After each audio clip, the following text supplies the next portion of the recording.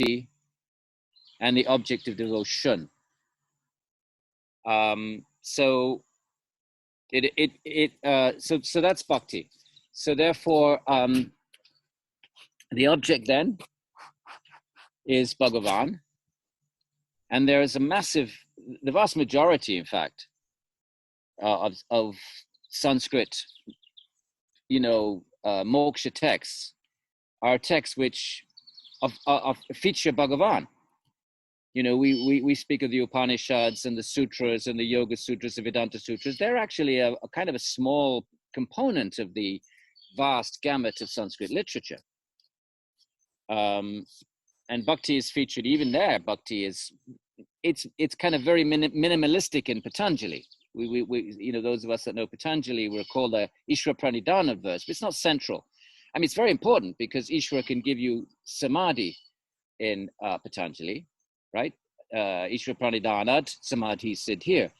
But we don't get much information about the process of bhakti from Patanjali, except for one important process, all-important process, which is japa, right? Tasya vachakaha pranavaha tad japa tadata bhavanam. Patanjali says that how do you chittavritti narodaha? What's the sort of primary method that Patanjali seems to be favoring? Puts it at the beginning of the list and dedicates a lot of significant attention to it. How do you chittavritti? Yoga is chittavritti narodaha, stilling of the mind. Well, how do you do that? Well, you japa. Japa is an act of fixing the mind. Any kind of chittavritti narodaha means fixing the mind on an object. That's what chittavritti narodaha is, the definition of yoga in verse number 2 of the Yoga Sutras. I'm making this connection because I'm assuming most of you are going to be familiar with the Yoga Sutras and not with the Bhagavatam. So there's a sort of a linkage here between the text we're going to read today. So yoga is chittavritti narodaha, but that means fixing the mind on something. It's not just sort of the mind just sort of, it has to be fixed. If something's going to be fixed, it's going to be fixed on a thing, right? If you're mooring your boat and you're fixing it in the harbor, well, you need to tie it to some kind of to a ring or a mooring, something that you fix it on something. So in Patanjali then, what do you fix the mind on? Well, Patanjali ultimately accepts you can fix it on anything, but he clearly is spending much more attention on the fixing of the mind on the name of Ishvara, because that's what japa is. It's a fixing of the mind on a mantra.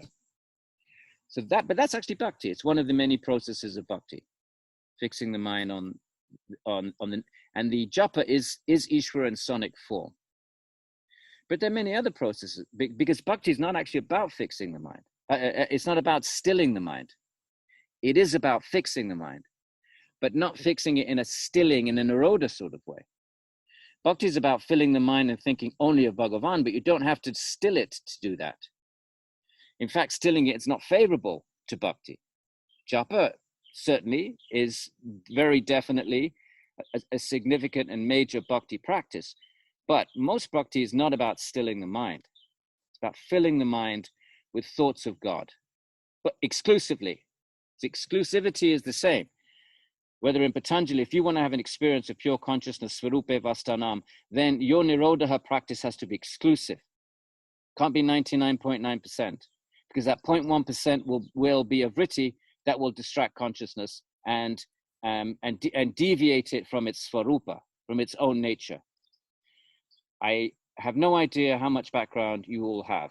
If we were all sitting in a room together, I could look at your faces and get a sense of whether I was losing some of you, whether some of you were nodding in agreement. But most of the language I'm using here is coming from the Yoga Sutras. So I am starting off with a little bit of a presupposition that you have some familiarity with the Yoga Sutras. And if not, just bear with us. Okay? So bhakti is not about stilling the mind. It's about making it stop, making it cease vritti. Vritti is its thinking, the constant turmoil of thought, right? We're all, except in deep sleep, our minds are constantly, are constantly churning. Thought is constantly churning in our mind. Okay. So then bhakti then is the mind is allowed to churn, but It's still an exclusive practice, as all yoga is. Jnana yoga, karma yoga, any kind of yoga is exclusive if we want to attain the grand finale goal. And what's exclusive about it? If it allows the mind to churn, well, the churning of the mind is exclusively churning around thoughts of God.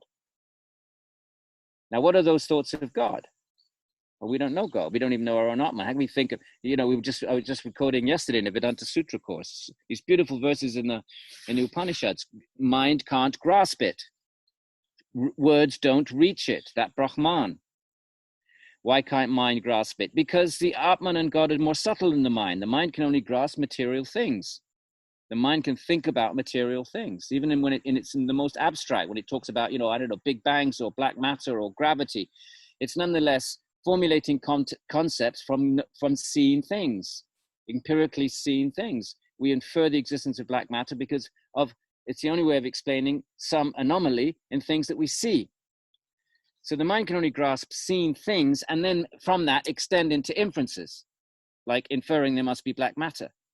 But Bhagavan is completely, and even our own Atman, forget about Bhagavan, even our own Atman it cannot be seen, and one can make no inferences about it other than there must be a God, because how else can this universe have come to be with all its fine tuning and its meticulous, the fine tuning, meaning if the force of gravity had been 0.0001% different, there would be no creation, or if the nuclear force or the electromagnetic force had been whatever, how many noughts, we can infer, well, there must be intelligence behind that, but we have no idea what that intelligence is.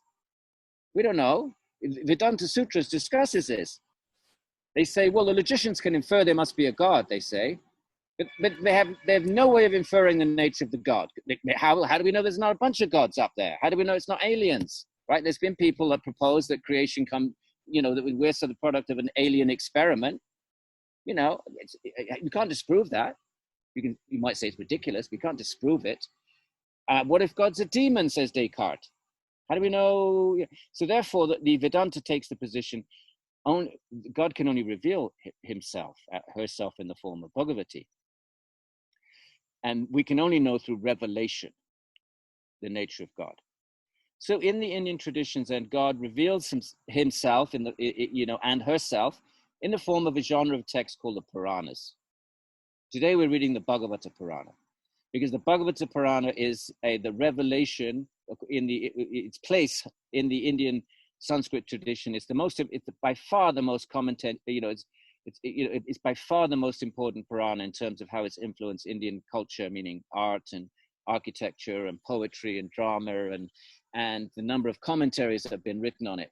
It totally eclipses any other Purana. And why?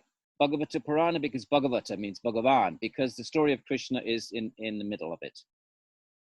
It's in chapter 10.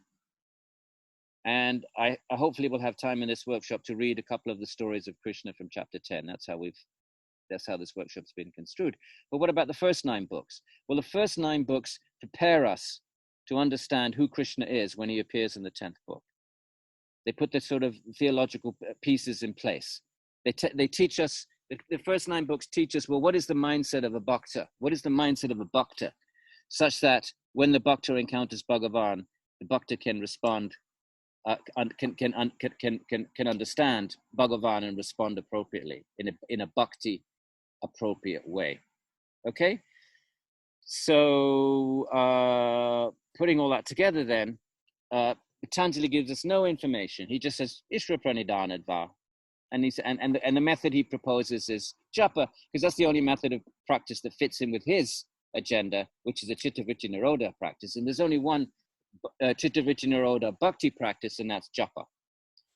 So he gives us very little information, but enough that we know he's a theist, we know he accepts Ishvara, and we know that he accepts that Ishvara can actually just give us liberation. The Bhagavatam's going to go further than that and say, actually, real bhaktas don't want liberation. Even liberation is a selfish thing, in the sense that it deals with the self. Of course it does. Svarupa, that means the self. But the Bhagavata will say, real bhaktas don't want liberation. They want an eternal, loving relationship with God as 2 distinct individuals. So bhakti, there is a type of dualism in it, but everyone accepts that God is everything. So there's a unity. but that within that unity, there's a distinction, eternal distinction between the soul and God. And liberation then in the Bhagavata tradition is not just spending all eternity in Svarupa Vastanan, absorbed in one's own nature of pure consciousness. In fact, the Bhagavatam goes to far as to say that's kind of hellish. Why is that hellish? Isn't the nature of the self Satchidananda bliss? Well, yes, says the Bhagavatam, it's bliss. But if we're absorbed in our own nature, then we deprive ourselves of having an eternal relationship with God and experiencing the far greater bliss that comes from love of God, and because God is the source of all bliss. So whatever little bliss is in the Atman is a anksha, it is a spark of God. And as a spark, it has the qualities of the whole, right? A spark of a fire is intensely hot and light. So any spark that sort of shoots out is also hot and light. But the quantity of heat and light in the spark of fire is nothing compared to the quantity of heat and light in the actual fire, which is the source. So the Bhagavatas say, whatever bliss the yogi experiences it as a spark absorbed in his own nature of Satchidananda, that's nothing compared to the bliss of a divine relationship with God. But even then, the Bhagavata says, and we're not even seeking bliss. We just want God, whether it's blissful or not. Think of the gopis. Those of you that know the story of the beautiful gopis, they're not seeking bliss. They're just totally addicted, just totally absorbed. They only want Krishna, whether it's blissful or not. In fact, they spend a lot of time crying because Krishna has left them. But that's an ecstatic kind of love-in separation. But anyway, let's not get too far afield. Enough. Let's read the text and let the text reveal its own theology and reveal its own teachings. Okay, so we are now at the beginning. The Bhagavata Purana, 12 books, Krishna stories in the 10th book, which is a quarter of the entire text. Even though it's only one of 12 books, it's not a 12th. It's actually a quarter in quantity. At some point, you'll be happy to have a question and answer session with you all at some point down the road, and give you all an opportunity to ask your questions about yoga, about bhakti, about anything to do with Hinduism, difference between Hinduism and Buddhism, and whatever questions you've had accumulating or lurking around in your minds over the years. We'll try to create some opportunity to we did one with Laura in South America, with the South American Sangha yogis, and we just had hi Laura, we just had a question and answer series session, and I think it went well, although although in 2 hours we only ended up with answering five questions. Right, let's dive into the text. Let the text be our structure, not my chittavrittis. Let the text then serve as our springboard, and we are going to the tale of King Parikshit. Okay, Parikshit is actually the whole text, the whole Bhagavatam, 18,000 verses, is being recited by the great sage Shuka to the King Parikshit who's about to die. Okay, he knows he's going to die in 7 days. He's being cursed to die in 7 days. So at that point, let's see how he gets cursed. And so the Puranas are stories. Sutras are really hard work. Sutras are they're meant only for scholastics. They're kind of like, Christian theology, like, the early church fathers, or Origen or Aquinas, or if you read Aquinas or Augustine or Aquinas' Summa Theologica, it's pretty hard work. It's just pure theology. And who reads that? How many Christians read Thomas Aquinas' Summa Theologica? You have to go to seminary to do that. I mean, I'm not saying a few educated people don't read it, but the vast mass of people who identify as Christian, how many of those are reading Augustine or Aquinas, most of all? I would consider to be the primary theologian in the entire Christian tradition. How many people are reading or any of them, the early church fathers? Almost nobody. So what are most Christians reading, if they read at all? Maybe they read stories of St. Francis or the saints, or maybe the New Testament. But mostly it's stories. So likewise with the Puranas are stories, but within these stories, they're not sort of infantile stories. They're packed with theological information, but when it's put in a nice narrative format, it's that the mind easily it flows into the story. Whereas the sutras, if you're really reading sutras with a commentary, that is hard work, my friends. That is just just intense, dense, just metaphysical. No, just no respite. Your mind gets exhausted after about an hour or 10 minutes on a bad day. So okay, so let's look at these stories, and we're now almost at the beginning of the text. We're in book 1 out of the 12 books, chapter 18. Parikshit is let's read the story. Actually tells us about how the Bhagavata gets spoken. Do we all have the text with us? Make sure you have the text with you. I think Karen sent it all to you. Okay. And all right.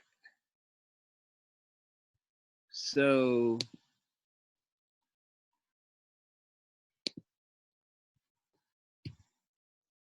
verse 24. Parikshit now, grandson of grand nephew of Lord Krishna. After the war, his grandfather is Arjuna. If you've read the Bhagavad Gita, you know the Bhagavad Gita is a discourse between Krishna and Arjuna, the middle of the 5 Pandavas, brothers. And everybody gets killed in the war except, less than 8 people. And Parikshit's actually unborn at the time of the war, is in the womb of his mother Uttara. His father's been killed in the war, and his grandfather Arjuna hasn't. But by the time Parikshit is born, Arjuna's gone off to the Himalayas with his brothers, and they've all shed their bodies and attained their destinations in their next life. So he's the heir to the throne of Hastinapura, modern day Delhi. The sort of the seat of empire of the ancient Indian known world. They would say it was the empire. It was the seat of the empire, that the emperor ruled the known world. I'm just going to get out of the sun. Sun is rising, and sit like this. That's not particularly better. So let's try like this. And that's a little bit better, but maybe we should go all the way over here.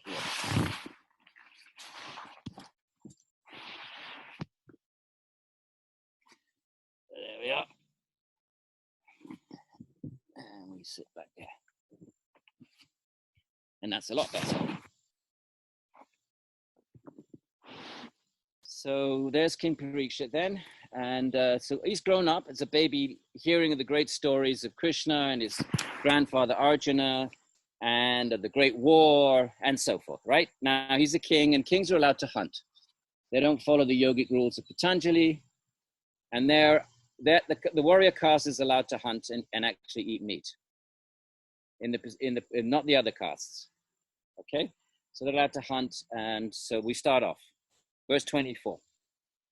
Once, after taking up his bow, King Parikshit set out to the forest to hunt. It's a really bad verse to start. I wish I'd started with verse 25. But anyway, it is what it is.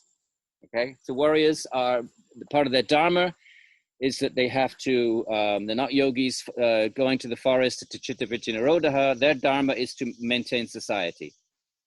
So they have to oversee law and order, and they have to engage in violence in the defense of righteousness.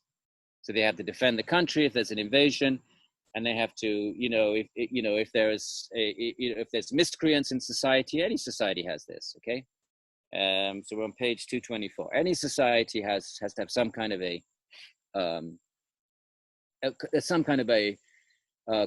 call it a caste if you want. It is a caste, or some kind of an occupation that occupies itself with maintaining law and order. If you're going to have law and order, it needs to be maintained. So therefore, there is righteous use of force in any society. You can't have a society. Society means people live together in determined ways, right? They come up with laws that allow them to coexist peacefully and harmoniously. Well, those laws need to be, not everyone's going to follow those laws. There are those that are tamasic in intention that will try to disrupt those laws. So therefore, there needs to be, as part of that society, those who ensure that everybody is following those laws. We call it police force, call it whatever you want. So And those warriors in ancient India, because they had to have this kind of a nature, they had to be more ready to confront violence and resist violence. So they had to have that, their own disposition had to be somewhat martial. Well, they were then allowed to hunt, to practice their, mostly dangerous animals. Never the cow. You're never allowed to kill the cow or anything like that. But they're allowed to go to the forest, take a risk, confront wild animals face to face, right? Real warriors.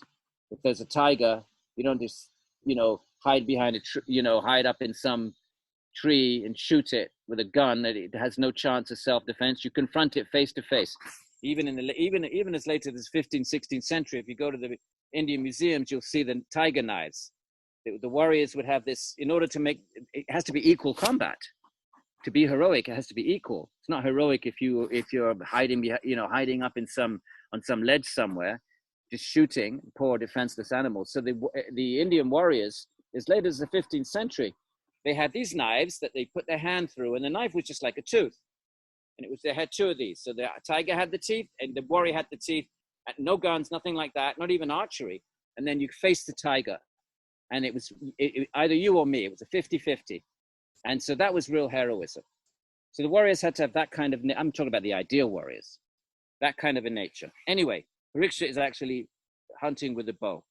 Once, after taking up his bow, King Parikshit set out to the forest to hunt. While he was pursuing a deer, he became extremely tired, hungry, and thirsty. Okay, so he has no, he's pursuing a deer, riding hard, gets thirsty. 25.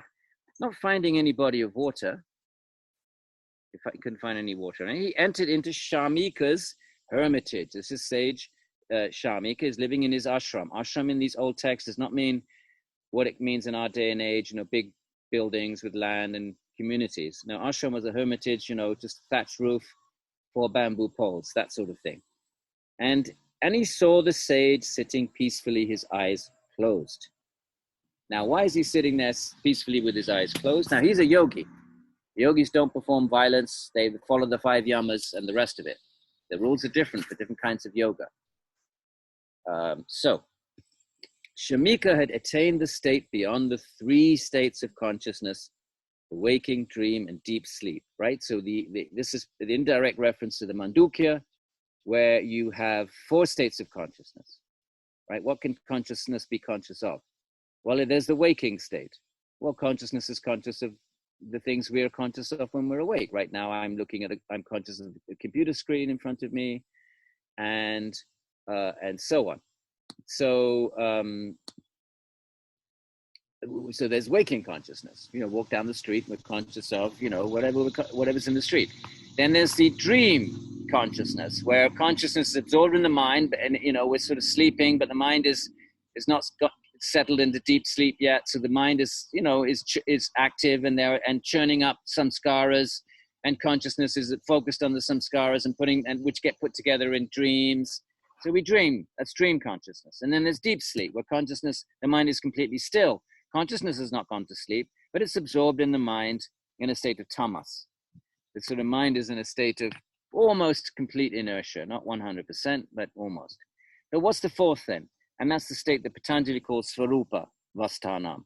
It is the state of consciousness now, not absorbed in the mind at all. The common denominator of the first 3 states they're all states of mind, and consciousness is absorbed in the state of mind. But what's the 4th then? When consciousness is absorbed in its own nature, Svarupa Vastanam. So he'd attained that state. He was in the 4th state. Okay, Patanjali called Nirbija, Asampragnata, or Svarupa Vastanam, lots of ways of referring to it. So Shamika had attained the state beyond the 3 states of consciousness, waking, dream, and deep sleep. And what happens if you're in that? You're completely transactive. You're completely inactive. Your body's completely closed down. The senses are not working. Because the senses are working means consciousness is flowing out through them, which means that consciousness now absorbed in the body-mind. It's not in the 4th state. When it's in the 4th state, it's not flowing through what the Upanishads call the gates of the body. It's not aware of anything. You tap someone on the shoulder, they don't feel it. So he was completely inactive. His senses, prana, life airs, mind, and intelligence restrained. What is restrained? Nirodha. They're all niruditaha. So Parikshit doesn't know that. Verse 27, his dreadlocks were disheveled. Dreadlocks, the original dreadlocks. Even the Rastas, as far as I know, the Rastas got the notion of dreadlocks from the sadhus of India. But dreadlock, what does dreadlocks mean? You're a sadhu, what does that mean? You completely renounced identification with the body. What does that mean? Well, what do you do with the body? Well, okay, you keep it clean. Some sadhus don't even do that. But well, the hair's going to grow. What are you going to do with the hair when it grows? Are you going to go to the Vedic hairdresser and get it sort of washed and perfumed and and sort of styled? Oh, I don't think so. You're in the forest. So what do you do with the hair? Well, it just grows. But then what do? We just let it grow and it gets matted. Well, then what do you do? Well, you just pile it up on top, and they can be dreadlocks, not the dreadlocks that you pay $200 for in Brooklyn. In the and they take and they just dreadlocks little bits of it, not like that. No, real dreadlocks is just when it clumps together. Hair will clump together when you leave it, and then you just pile it up on your head to get it out of the way, and then you pack it with cow dung because cow dung has antiseptic properties, so the bugs don't get in. That's about as much as you're gonna pamper it. So these are real dreadlocks. Those are the dreadlocks of the forest yogis. So there they are. His dreadlocks were disheveled. He doesn't have a hairbrush. He was living in a mud hut, and he was draped in a deerskin. Well, even the Gita speaks of the yogi sitting on a deerskin. Apparently, deerskins have obviously the yogi didn't go out and kill a deer. But somehow or other, deerskins seem to have some antiseptic property about them. So it keeps the bugs off. Why? Because if you're in a state of chitta vritti nirodha, you won't feel the bugs crawling on your thigh. But until you get into the state, while you're sort of easing yourself into that state, well, if bugs are crawling over you, they're going to distract the mind. So deerskins are supposed to have some kind of property whereby bugs, if you're sitting on deerskin, they're not going to come up and crawl over you. So I don't know whether I've never really seen a traditional commentator explain the logic of the deerskin. The Gita itself speaks of a deerskin. The explanation I just gave was relatively modern. So I've never seen an explanation in the tradition, the pre-modern tradition, as to why is a yogi sitting on a deerskin. But you'll often see pictures of yogis sitting on deerskins. So take it or leave it. Anyway, there he is. He's draped in a deerskin. So there he is, Shamika, the sage, sitting in a state of nirbija samadhi. The king, whose throat was dry, right? He's so dry, he's not really, that means what? When you have an intense desire, what does it mean? What state is your mind in? What's a desire? Raga. What guna is that then? Rajas. Because of this intense desire, it wasn't his fault, he was thirsty, but his mind was in a state of rajas. What happens when the mind is in a state of rajas? It doesn't see things clearly.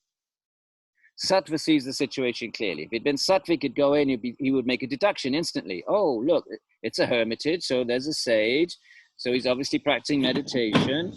So obviously, he's not moving. He must be in the state, the state that we have heard about. Us kings, we they hear about this stuff. Obviously, they don't practice it themselves.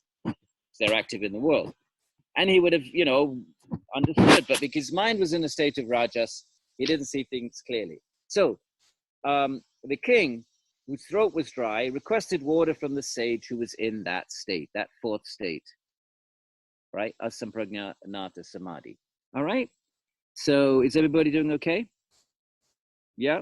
Are you liking this? This is a story. So upon not receiving a straw seat, right? Because, a king, actually, when someone comes to visit you, what to speak of a king, just anywhere in the world, actually, but India, as elsewhere, you offer some kind words at the very least, if you have nothing else, at least some kind words of welcome.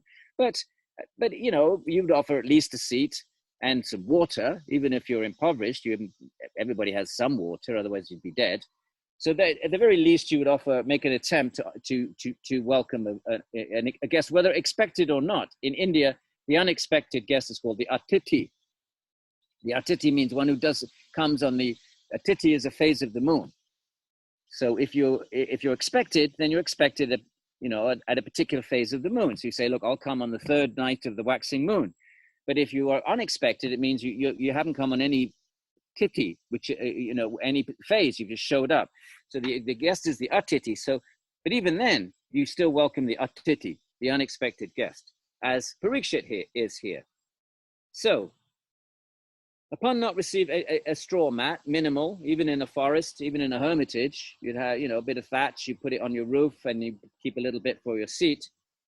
And not being offered sweet words or a hospitable beverage, or indeed anything at all, the king, feeling that he'd been disrespected, became angry.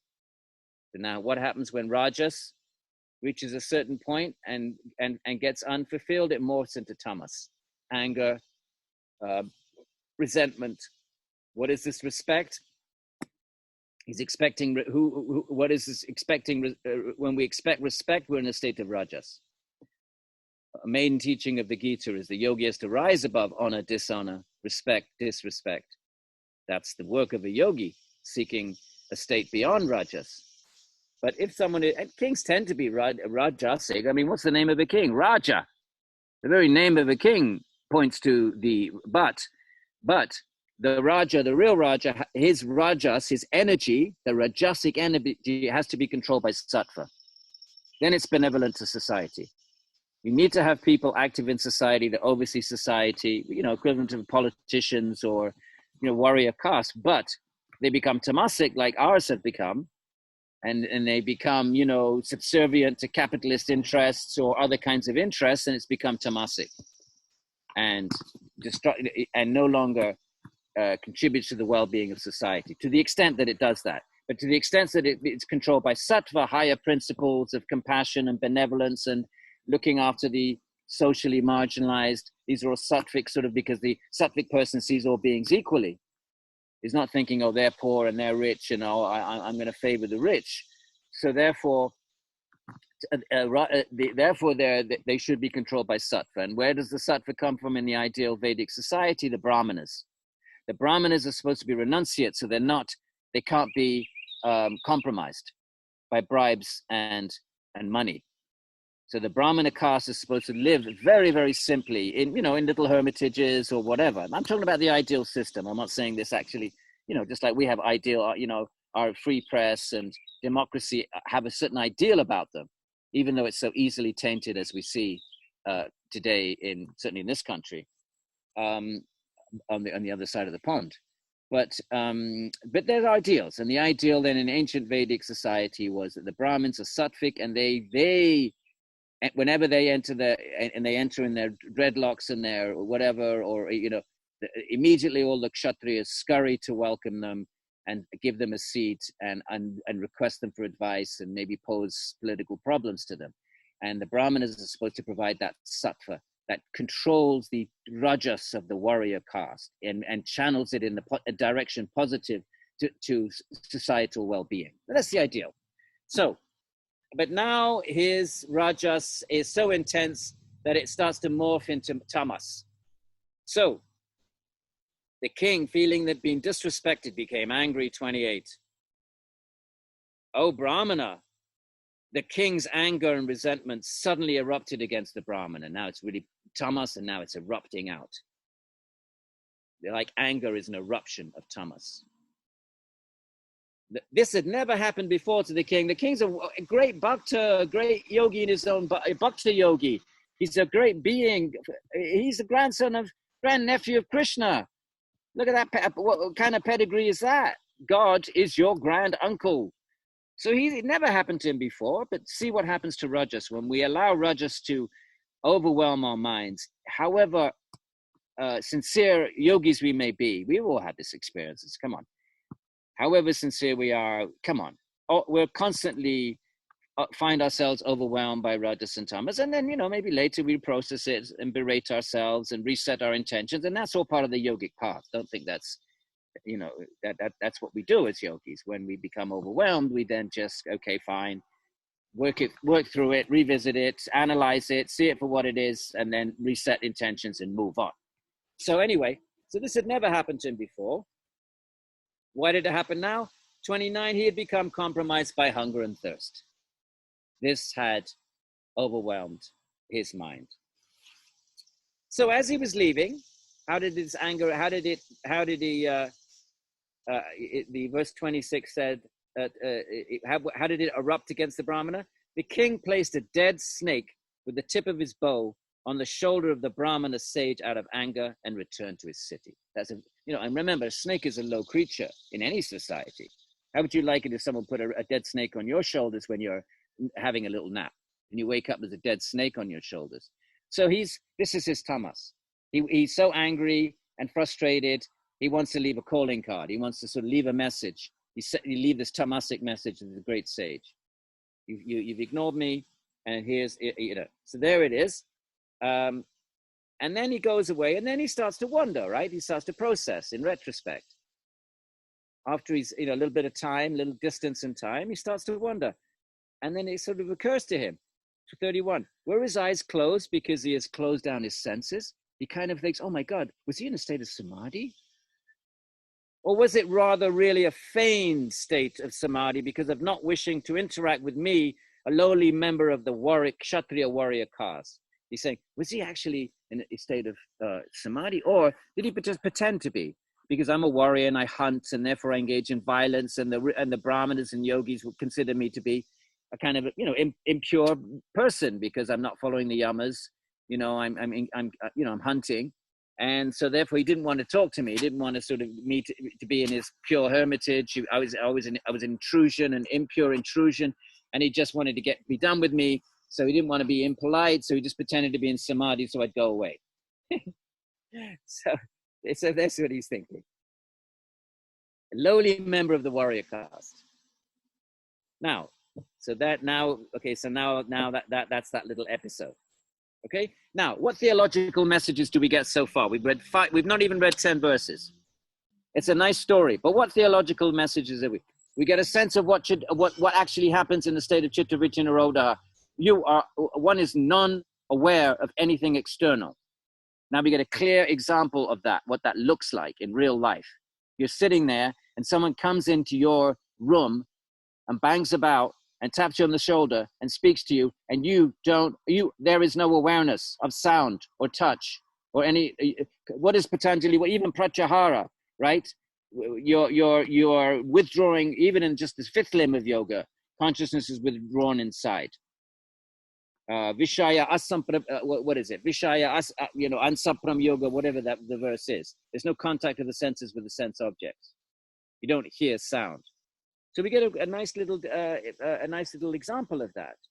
We get a nice little example of what Rajas looks like. Even in a saintly king like Parikshit can be overwhelmed, and how that can morph into tamas and later regretted. So there's a lot of theological information packed into that little narrative. This is how Hindus learn their yoga, not through sutra study, but through reading these stories. And don't think that just because they're easier to absorb, it's not a matter of being smart or scholastic. You don't get liberation by being scholastic. Just because one can read the sutras in Sanskrit and read through the commentaries, one is a scholar, that's nothing to do with liberation. If anything, that can bolster pride. So these stories are really the place where Hindus, Indians throughout the millennia, at least 2,000 years and more, have got the vast mass of Hindus. Sutras are studied by a few members of the Brahmana caste. Brahmanas, not even the other caste. Forget about women in pre-modern India. It's all changing now. You're going to be a Western woman. You're going to show up at a Brahmin and ask him to teach you sutra. I don't think so. Not going to happen. Or a Western male. Now maybe you'll find people because whatever, because you pay them. but that's the mentality of Brahminical scholastic culture. Discussion in the Vedanta Sutra, right? In the Vedanta Sutra, are Sudras eligible to study the Vedas? The 4th caste, which is the vast majority of population. There will be Brahmana caste, then the warrior caste and the merchant caste, but everybody else is a Sudra. Anyone who works for somebody else is a Sudra. And then the discussion is, are they eligible to study the Veda and the Vedanta Sutra and the commentaries, even right into the Common Era? They say, no, they're not eligible. Next life they can do it, not in this life. So that's so scholasticism, sutra study is exclusivistic. And does that mean no one else can get liberated? Of course not. So how do others encounter guidance for the spiritual path? Here, in these stories, in these vast genre of texts. And it's not so different from anything else. How would you have got education in Europe 100 years ago? You couldn't be a farmer's son. I mean, you could, but what were the chances of that? It is the same everywhere. Education was an elite occupation of the nobility and the gentry, anywhere in Europe. So this is no different. Okay. So now, verse 31. Now in 32. While this had been taking place, the Brahmana's son, the Brahmana, which is the sage in the yogi, Shamika, had been now playing with other young children. Although he was but a boy, he was very powerful. He had taken birth probably from past lives. He had done a lot of tapas, and he had power, and he was able to curse. And in these narratives, the real Brahmins are doing tapas, and from tapas you get power, right? As Patanjali says in the 4th chapter. How do you get siddhis? And then in the 4th chapter, first verse, he says tapaha. And then you can get it from Oshadi, you can get it from herbs, you can get it from, he has a list of 5 different things, including meditation. But meditation is not the only way you can get powers. You can get it from tapas. And in fact, most of the demons, the bad guys, the huge like Ravana and the Ramayana that steals Sita from Ram, from God, how do you get his power that he could do something like that? Well, tapas. I mean, like intense tapas. I'm talking about standing on one leg for years and years and years without eating or even breathing. So that kind of tapas. If you want a little power, you could try it and you let us know how it goes. All right. So, but it's true actually. Probably some of you fast. And if you've played around with fasting, it's difficult the first day, the second day. By the time you get to the 3rd day, you start feeling powerful. You start feeling amazing. And if you can, you can keep, and at a certain point, you feel like you keep going forever. So there is this connection somehow between tapas and power. All right, but that's a story for another day. So there he was. He was but a boy, but he was very powerful. When he heard that his beloved father had been subject to an offense by the king, he uttered these words then and there. So he's arrogant. He's not like the father. We'll see the father is a real yogi. He's humble. He never takes offense. But the son's not like that. He's an upstart. But he's still powerful. So he curses the king. 33. Just see the irreligiousness, the term in Sanskrit is adharma, non-dharma, of the rulers, who have like crows who have grown fat from eating the oblations meant for sacrifice. Okay, so Brahmins do their morning sacrifice, their morning rituals. They have all their sacred utensils placed there. They have the sacred offering, and and Vedic ritualism is highly elite, and everything has to be done in a very pure sort of way. And if anything touches the ingredients to be offered, becomes polluted, you have to throw them away and start again. So he's saying these warriors are like the crow. Imagine a crow comes along and you've got all your stuff ready for a sacrifice, and it starts eating the sacrifice, the offering, before you've offered it. It's totally polluting. You have to start again. So he's saying the warriors are like that. They should be serving the Brahmins. All right? This is an offense against their masters by servants who are doorkeepers like dogs. What's he saying? Saying the Brahmins are the masters. We're the ones that contain knowledge. The warriors, they're just like dogs. They're supposed to protect us. Like a dog, like a guard dog. You put him outside and he protects you, right? You don't do that in England, but places like Italy, you keep your dogs out in the yard, and they're sort of semi-feral sometimes, or semi-wild, and they protect your property. So the warriors are like that. They're meant to serve the master. We Brahmins are the masters. So he's an arrogant Brahmin who identifies with his body and his mind and his caste. He's in a total state of avidya, but still he's powerful. You can have power and be you can be a demon and have power. How do you get it? Tapas.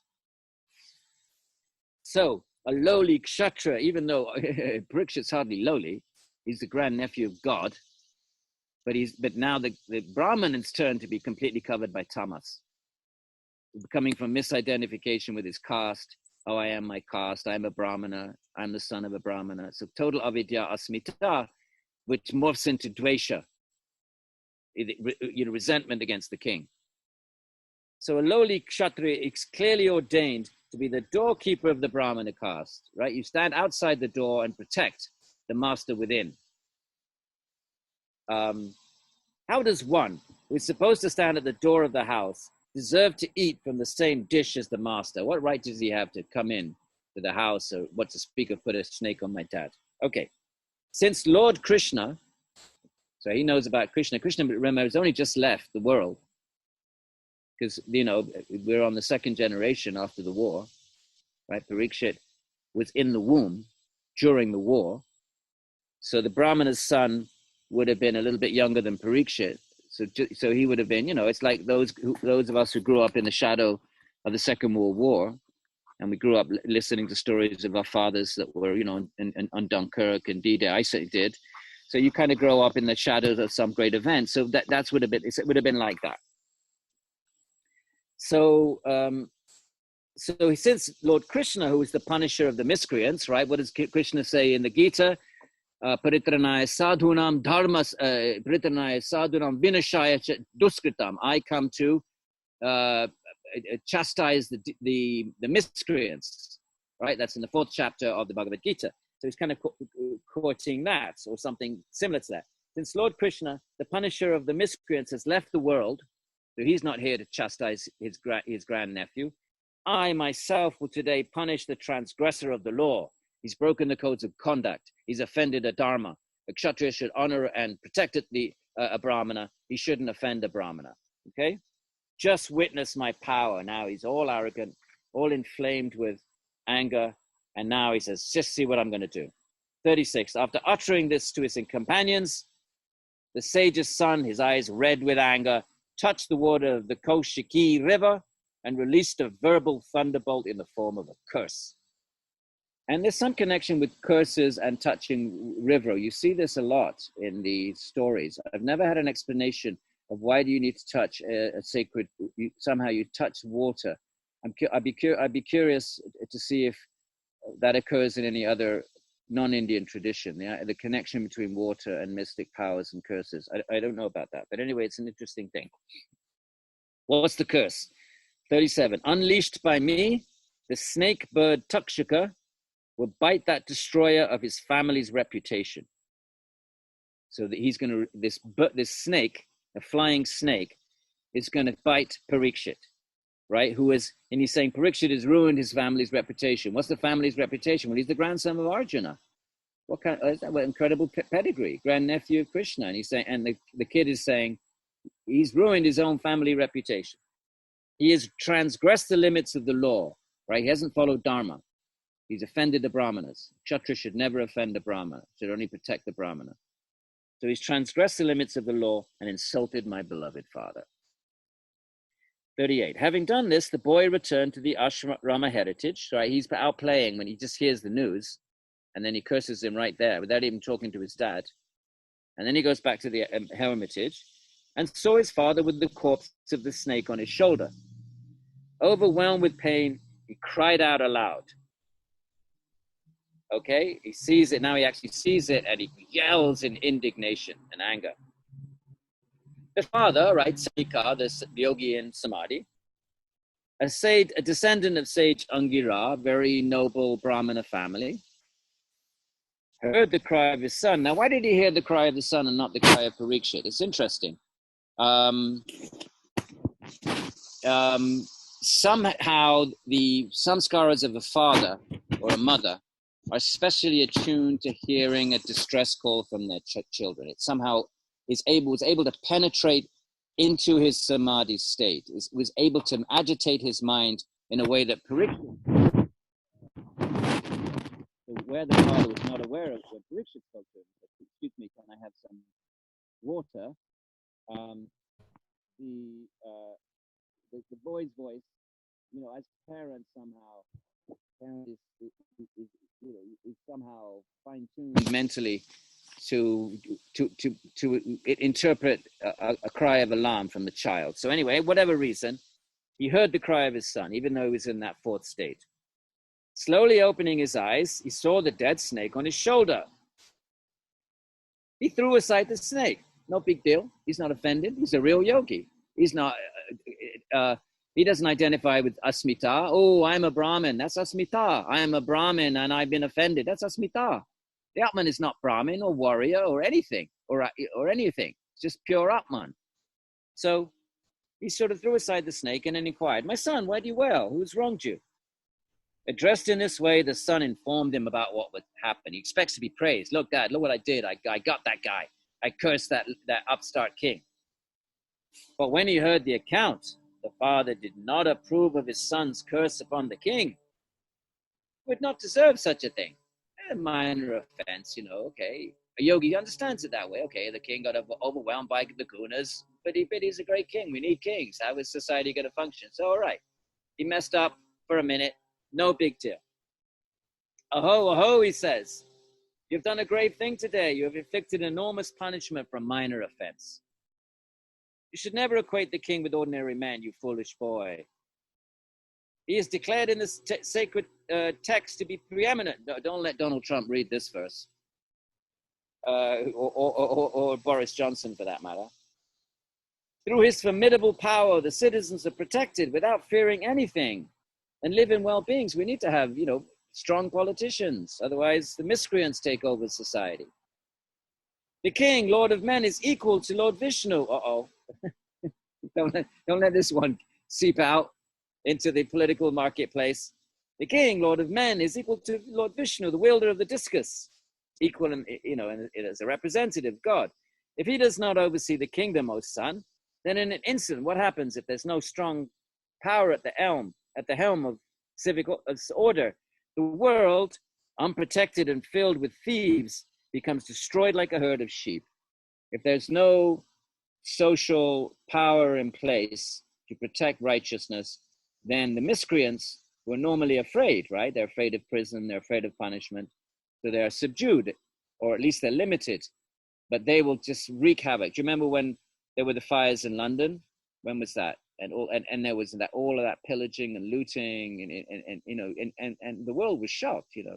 Even Great Britain, one of the sort of founders of Western civilization as we know it today. Look what happens in an instant when law and order breaks down. But anyway, that's what he's saying, something like that. There'll be pillaging and looting. Okay. People, many of whom are thieves, will curse, kill, and rob cattle, women, and wealth from each other. He's essentially saying that, the tamasic element in society, if it's unleashed, will wreak havoc. Or we see what happens when racism is given a voice in our modern moments, and all of a sudden we didn't realize it was there. But then when it's given, and when it's allowed a voice, all of a sudden we're like, wow, is that really half the country that feels that way? And all of a sudden we get stunned, we get shocked, we never knew it was there. So something like that. I'm just kind of connecting it to try to make this, connect it. It's not a very good connection, but you see what I'm trying to do. I'm trying to make this relevant. So and they'll curse, kill, and rob cattle, women, and wealth from each other, right? Which is the history of civilization. What is the history of civilization? Just constant warfare between kingdoms and pillaging and power and exertion of power, and taking slaves and building big monuments in your part of the world. We will today incur the sin committed by the plunderers of wealth in those places where the king has been destroyed, even though that sin was not directly performed by us. He's saying, look, because we cursed the king and he's going to die, and all this pillaging is going to take place, we'll get that karma, even though we're not pillaging. We'll get the karma for it because we were the ones that removed the law and order embodied in the king. That's going to come on our heads now. 45. Without a king, we have to substitute whatever we want to substitute. Without a political, without a political body at the helm. So without our elected representatives, plug in whatever you want. But essentially, you're talking about power at the helm, whether it's democratic or inherited. It's power at the helm. So without a king, the righteous codes of the Aryas, which is what Dharma is. Dharma is the codes of the Aryas. The Aryas are the followers of Vedic civilization. I know the word has been appropriated, of course, by the Nazis, but where do they appropriate it from? Well, in ancient Indian texts. Of course, they totally misappropriated it, and they gave it a racist spin. Well, there's a whole story behind that we don't have time to look at. But in the ancient text, what does it mean? It means a follower of Vedic civilization, a high order. It means, the Aryas, the followers of Dharma. Dharma are these civic codes, the codes of duty, and what to do, what not to do, and that's Dharma. So without a king, the codes of the Aryas, which are the injunctions of the four, the injunctions, the rules for the castes, right? And the ashrams, the stages of life. So there's the four castes we've mentioned, right? The brahmanas, the teachers, and then there's the administrators and warriors. And then there's the merchants, and then there's everybody who works for someone. And the stages of life are, well, in the ideal stages of life is first 25 years celibate studentship, and you learn your whatever your caste requirements are. And then the second 25 years, householder life and family life. And then the third half, then husband and wife become celibate again, but become like yogi partners and start to channel their energy into spiritual practices. Body's getting old, the desires are weakened. And then the last is solitude and really before death comes, really focusing the mind on one's yogic goal. These are the four stages.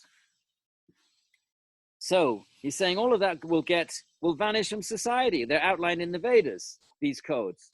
They'll vanish from society. And then what will happen? As a consequence, when people become absorbed in lust and profit, not in righteousness and selfishness, selflessness and service to the larger body, to the greater body, but rather they're just interested in their own lust and profit. What happens then? The mixing of castes. This was not seen as a positive thing in ancient India because people, then the ashram become confused. They don't know what their duties are, and then they don't know how to contribute to society. So that was seen as a negative thing. And then people will then behave like monkeys and dogs. That means they won't follow any regulations.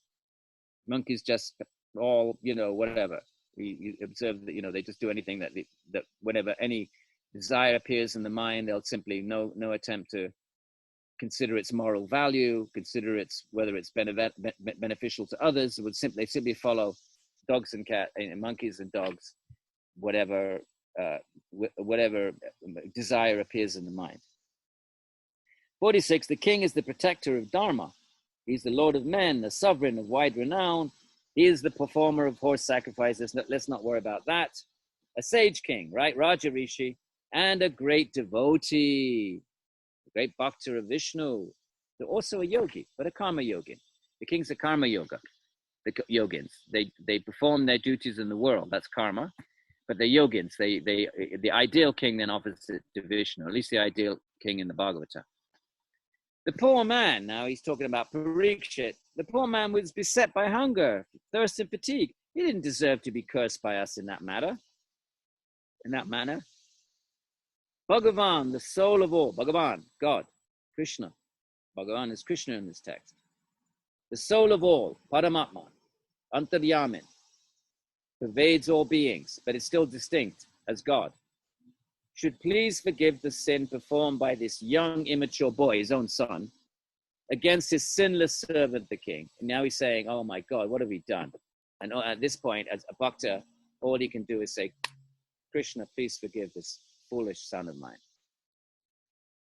The Lord's devotees, even though certainly capable of doing so, do not retaliate when abused, insulted, cursed, dishonored, or even when struck. Now we're given a yogic message.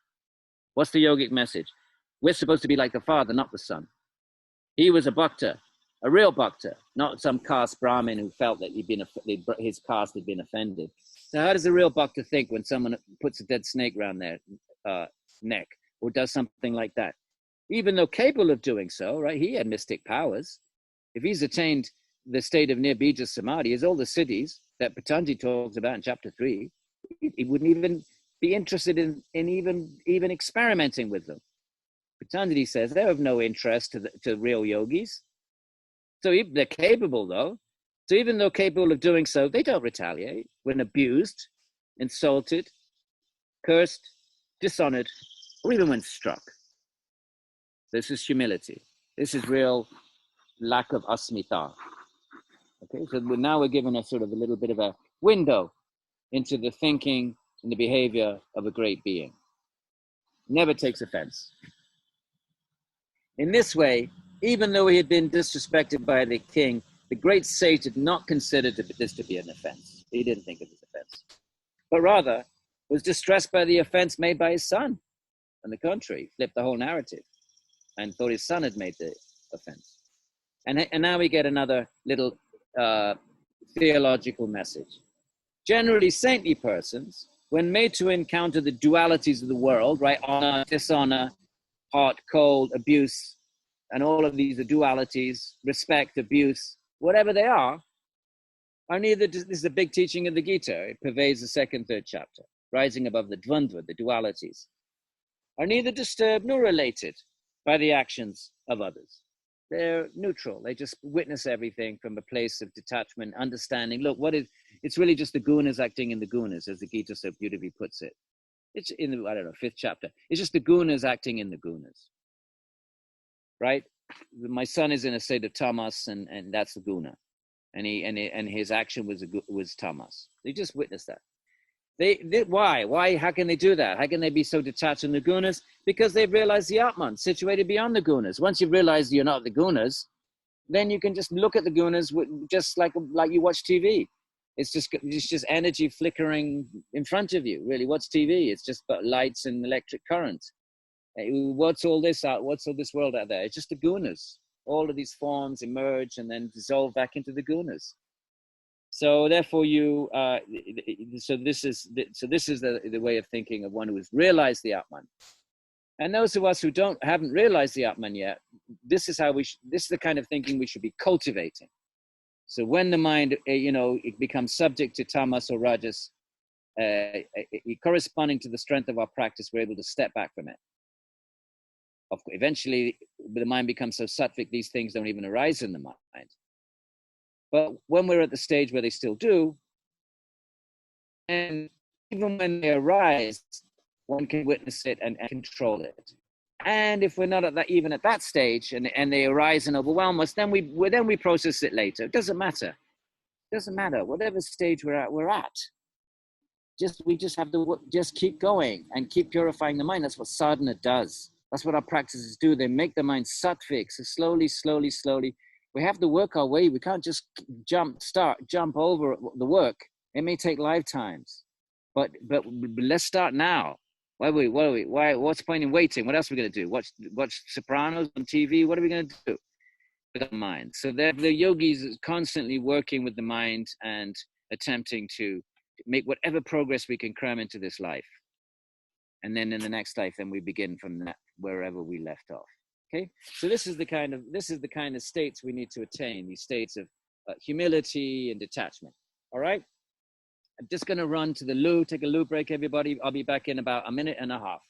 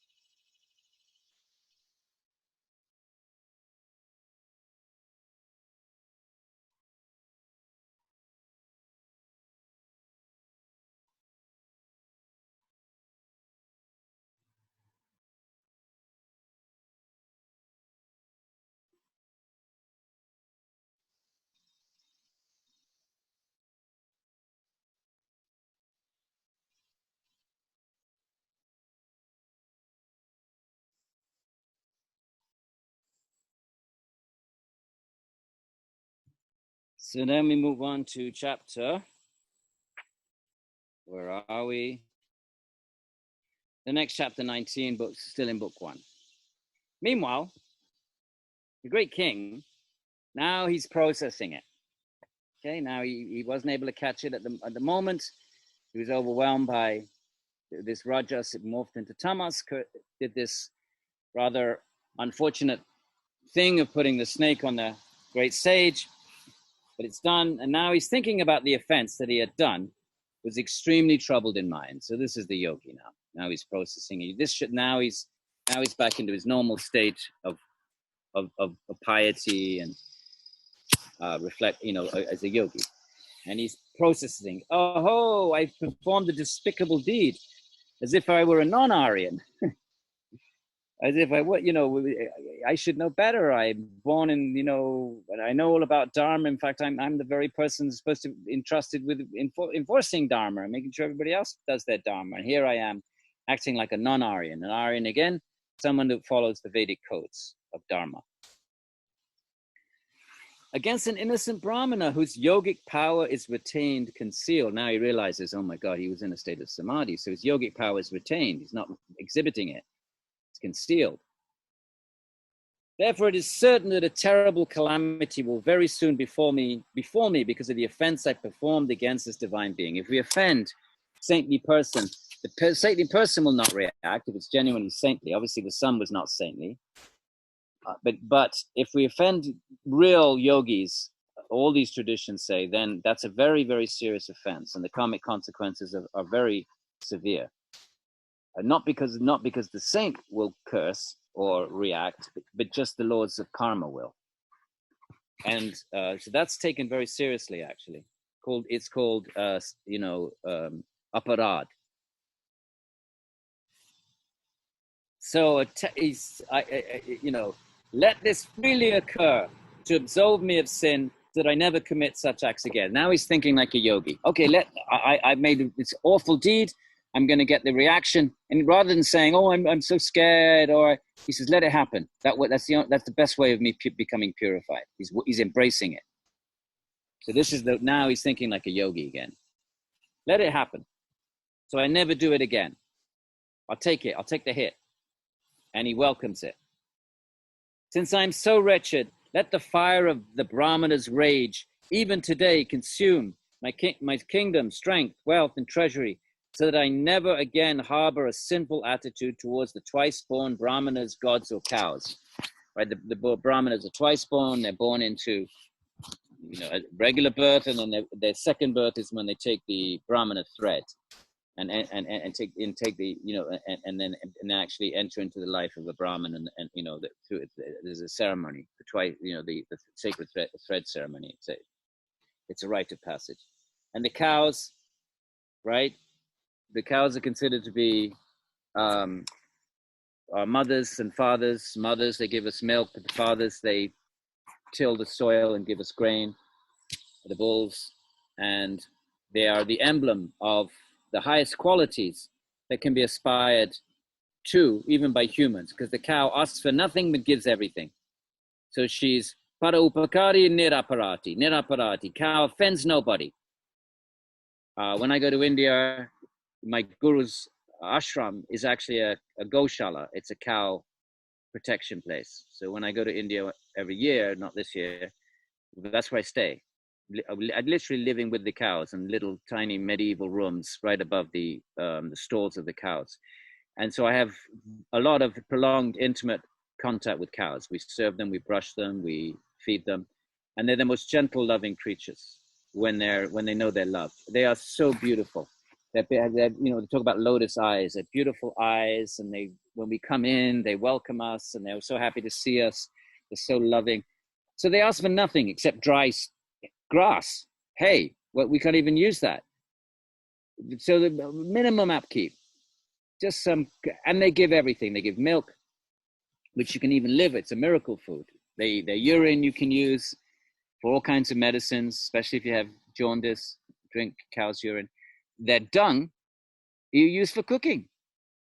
In pre-modern India, how do you cook? Well, you can use the cow dung. Perfect. and you make your chapatis on your little stoves on cow dung. So even their dung is useful. So every part, and then if they die, then you can use their leather. You don't kill them and skin them, but when they die, then it's okay. If you need leather, then, I mean, obviously the higher castes don't wear leather. Certainly Brahmins don't wear leather, but if people want to wear leather, well, then take it from the dead cow. So even their skin can be used. So they give every aspect of their being is given in exchange for nothing. So therefore they're part of, and that's therefore they are the therefore they are the role models for human behavior. Give everything and ask for nothing, or just minimal for bodily survival. And the second thing about the cow is niraparadi, offends nobody, doesn't offend anybody. You leave the cow you're grazing away in the field, doesn't, if they come charging at you, that means because they're full of hormones or whatever the heck they do to them that make them aggressive. But a cow which is loved and left to wander in nature, so loving. So therefore they are niraparadi, para upakari, they are worshipable. And in Indian society, the sages of ancient India always connected the fate of the spiritual well-being of their society. A gauge for that was how the cow is being treated. As the treatment of the cow goes down, so the spiritual well-being of the society goes down. It's an interesting correlation they make. It's kind of like, who was it that said, you judge a society by how they treat their weakest members, the old and the infirm and the poor. It's sort of along that way of thinking. How we treat the cow reflects, our not just our political, not just but our actual spiritual well-being. Anyway, so there it is. As he was thinking in this manner, the king heard about his impending doom. He heard about the curse in the form of the snake bird. Remember, the sun had released this snake bird called Takshaka, invoked by the son of the sage. He considered this to be fitting. He thought, okay, this is really good. Why?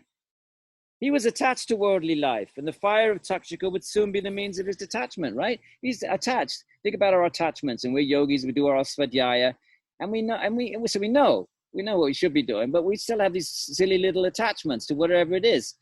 But finally now, he says, finally now he says, okay, this is going to smash them now. Now I'm going to die in 7 days. No way am I going to cling to these attachments. This has been a great blessing. It's forcing me to relinquish my attachments. What a way of thinking. This is the way of thinking of the yogi. When death comes, when hardship comes, when calamity comes, it's been embraced as something that gives us lessons as our teacher, that suffering is our teacher. So, Parikshit gave up any desire for this world and the celestial one. He gave up all his desires. Not this. The celestial one means not liberation, but the celestial realms, where if you get good karma, you go to this. And most people in ancient India were not yogis. Yogis are a tiny minority. Well, what was the religiosity of everybody else? Well, they wanted to be, pious in this world and do sacrifices and get the good things of this life, and they wanted to attain the celestial realm in the next. That was their goal. So that is materialistic. So he's saying, I don't want this world or the next one. He gave up any desire he might have had. Right? We all have these little desires. Let me be famous. Let me be knowledgeable. Let me be a big scholar. Whatever our desires are, let me find my partner in life, my mythical soulmate, which is such a load of nonsense. But anyway, these are all desires. He had anyway long determined that they should be renounced. He knew in his mind that he'd long determined that, he just hadn't quite been able to give them up. So sometimes we know, but we don't sometimes give up our desires until we're forced to. We cling on to them. He'd anyway long determined they should be renounced, considering service to the lotus feet of Krishna to be superior. He was a bhakta. He knew, these desires are interfering with me. Complete pranidhana to Ishvara, not just 50%. Totally, it's interfering with my complete surrender to Bhagavan. Rakshasisyati, that Bhagavan will be my protector. Atma Nikshepana, the 6 principles of surrender. Sharanagati. That is not discussed here, but in other texts. 6 of them. Only doing things favorable to bhakti, number 1. Avoiding any things unfavorable to bhakti, number 2. Thinking Krishna will be my protector, not my bank account, not my health, not my partner, not my relationships. Only God, only Krishna will be my rakshasi iti. And then and then what? Well, Atman, and then what? And then Krishna is really driving everything, and karunya, and and then complete humility. To surrender, you have to be humble. What does surrender mean? I completely surrender to Bhagavan, which means what? You're humble.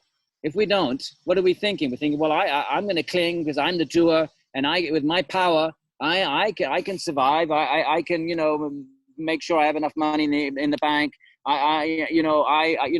With my will, I will somehow. I'm best able to navigate this world. That's a lack of humility. So these are the 6 principles of surrender. I forgot one, and I can't remember what it is right now. I know Karen's making a little note saying, "Wait a minute, that's only 5. Where's the other one?"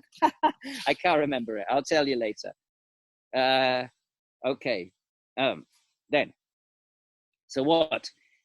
He's then sat down to fast to death on the bank of the Ganga. He's got 7 days. He's going to say, "I'm not going to let anything interfere with my mind now. It's time to fix it exclusively. No more playing games. Later. We all play these games, don't we? Vishal, Maharaj. Oh, later, I'll do it later in life. Later. Oh, we all do it. We all do it. So now, but when death is, when you know you've got 7 days, how are you going to play that game? So now, throw everything off. I'm not even going to eat. It's amazing when you fast, actually, how much extra time you have. I did some fasts recently. Not only do you not have to cook, but one thing I didn't realize, you don't have to poop. I never thought about it. You don't have to poop. That's a huge deal. You then, so he's going to fast to death. He doesn't want anything to interfere with his mind now. Not that I have to get up and have a snack now, or I have to do. No. Okay, let's see. What person who is about to die? We all are. We just don't know. He's blessed. He understands his blessing. We don't know when we're going to die. And even when on the deathbed, we're still clinging, thinking, "Oh, well, I won't die today, I'll die tomorrow." Have you ever been around someone on the deathbed? It's just nature. That's what Abhiniveshaha means in Patanjali, the 5th klesha. You don't actually think you're going to die that day. Even the doctor says, "Okay, you're going to die. You're lying in the deathbed, can't move, can't talk, in a diaper, right? You still actually don't think you're going to die that day." This is Abhiniveshaha. I've witnessed it. So I'm sure some of you have. What person who's about to die would not worship the Ganga, the sacred, mixed with a beautiful Tulsi plant? Well, don't worry about that. Let's go to the next one. 7. Having made his resolve to sit on the banks of the Ganga to fast until death, Parikshit, descendant of the Pandavas, the 5 Pandavas, Arjuna, Bhagavad Gita, firm in the vows of a sage. Now he's not a king anymore. He's a yogi. Tapas. Fixed mind. Only one goal. God. For him, this is a bhakti text. For the jnana text, the goal is the Atman.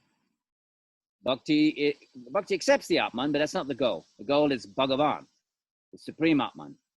The difference. So, what did he do? Free from all attachments. Renounced his kingdom. He's wearing a loincloth. He even takes off his warrior, his kingly clothes, takes off all the ornaments, gives them away, sitting in a loincloth. You've been to India, you've seen the sadhus wearing loincloths. 2 bits of cloth.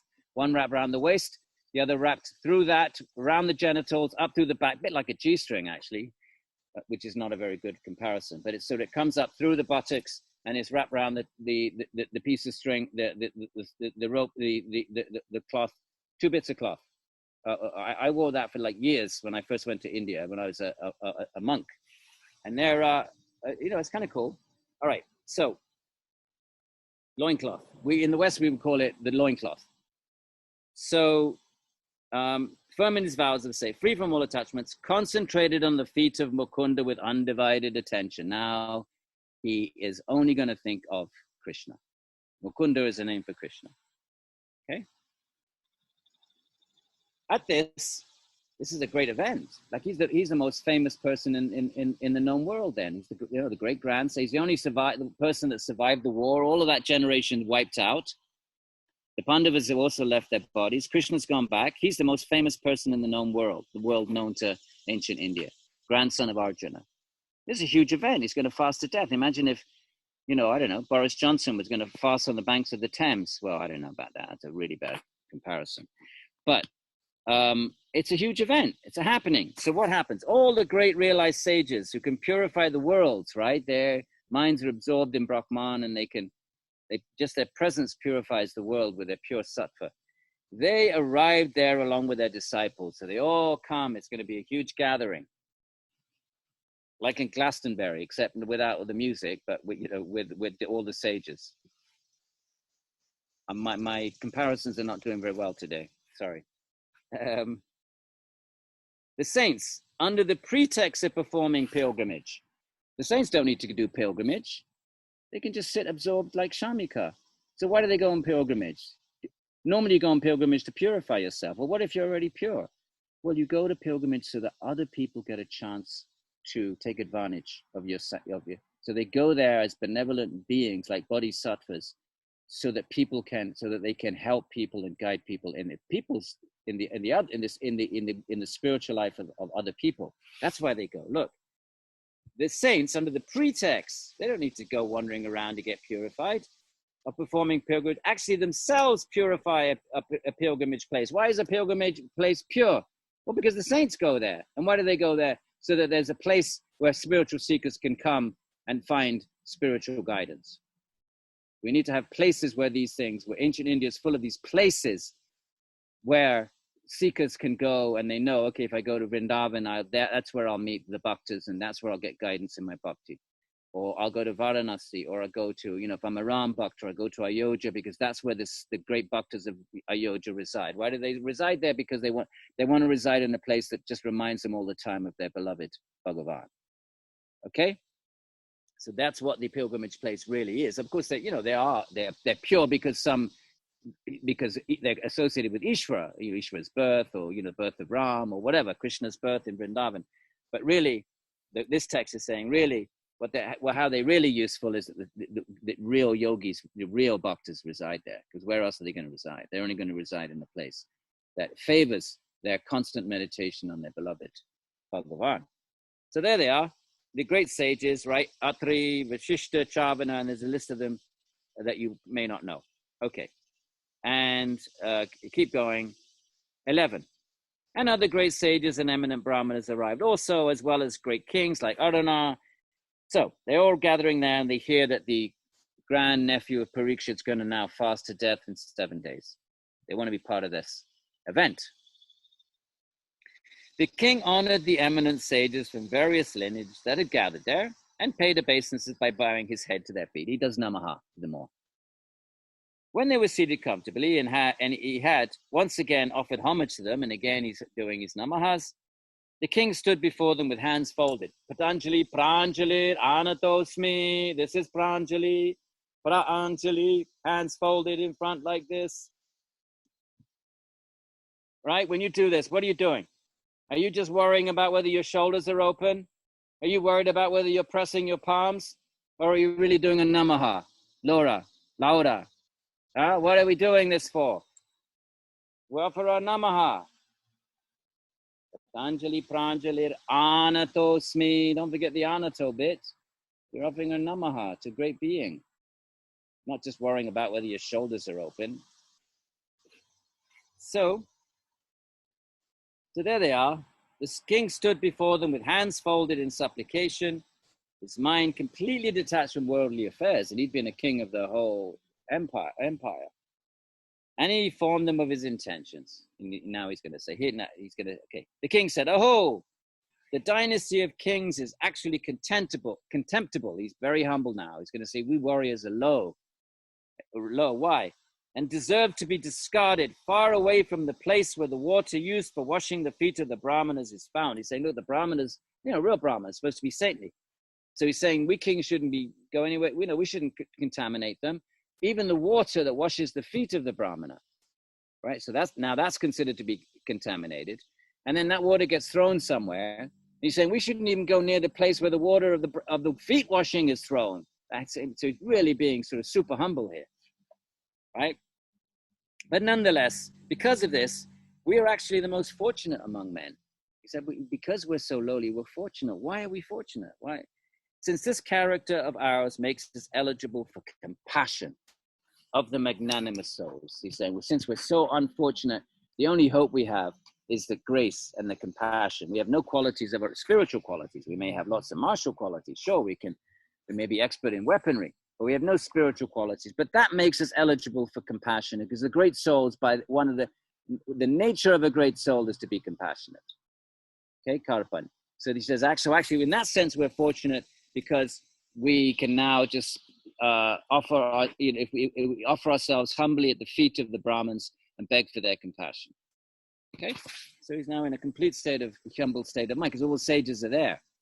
So this is how he's glorifying them.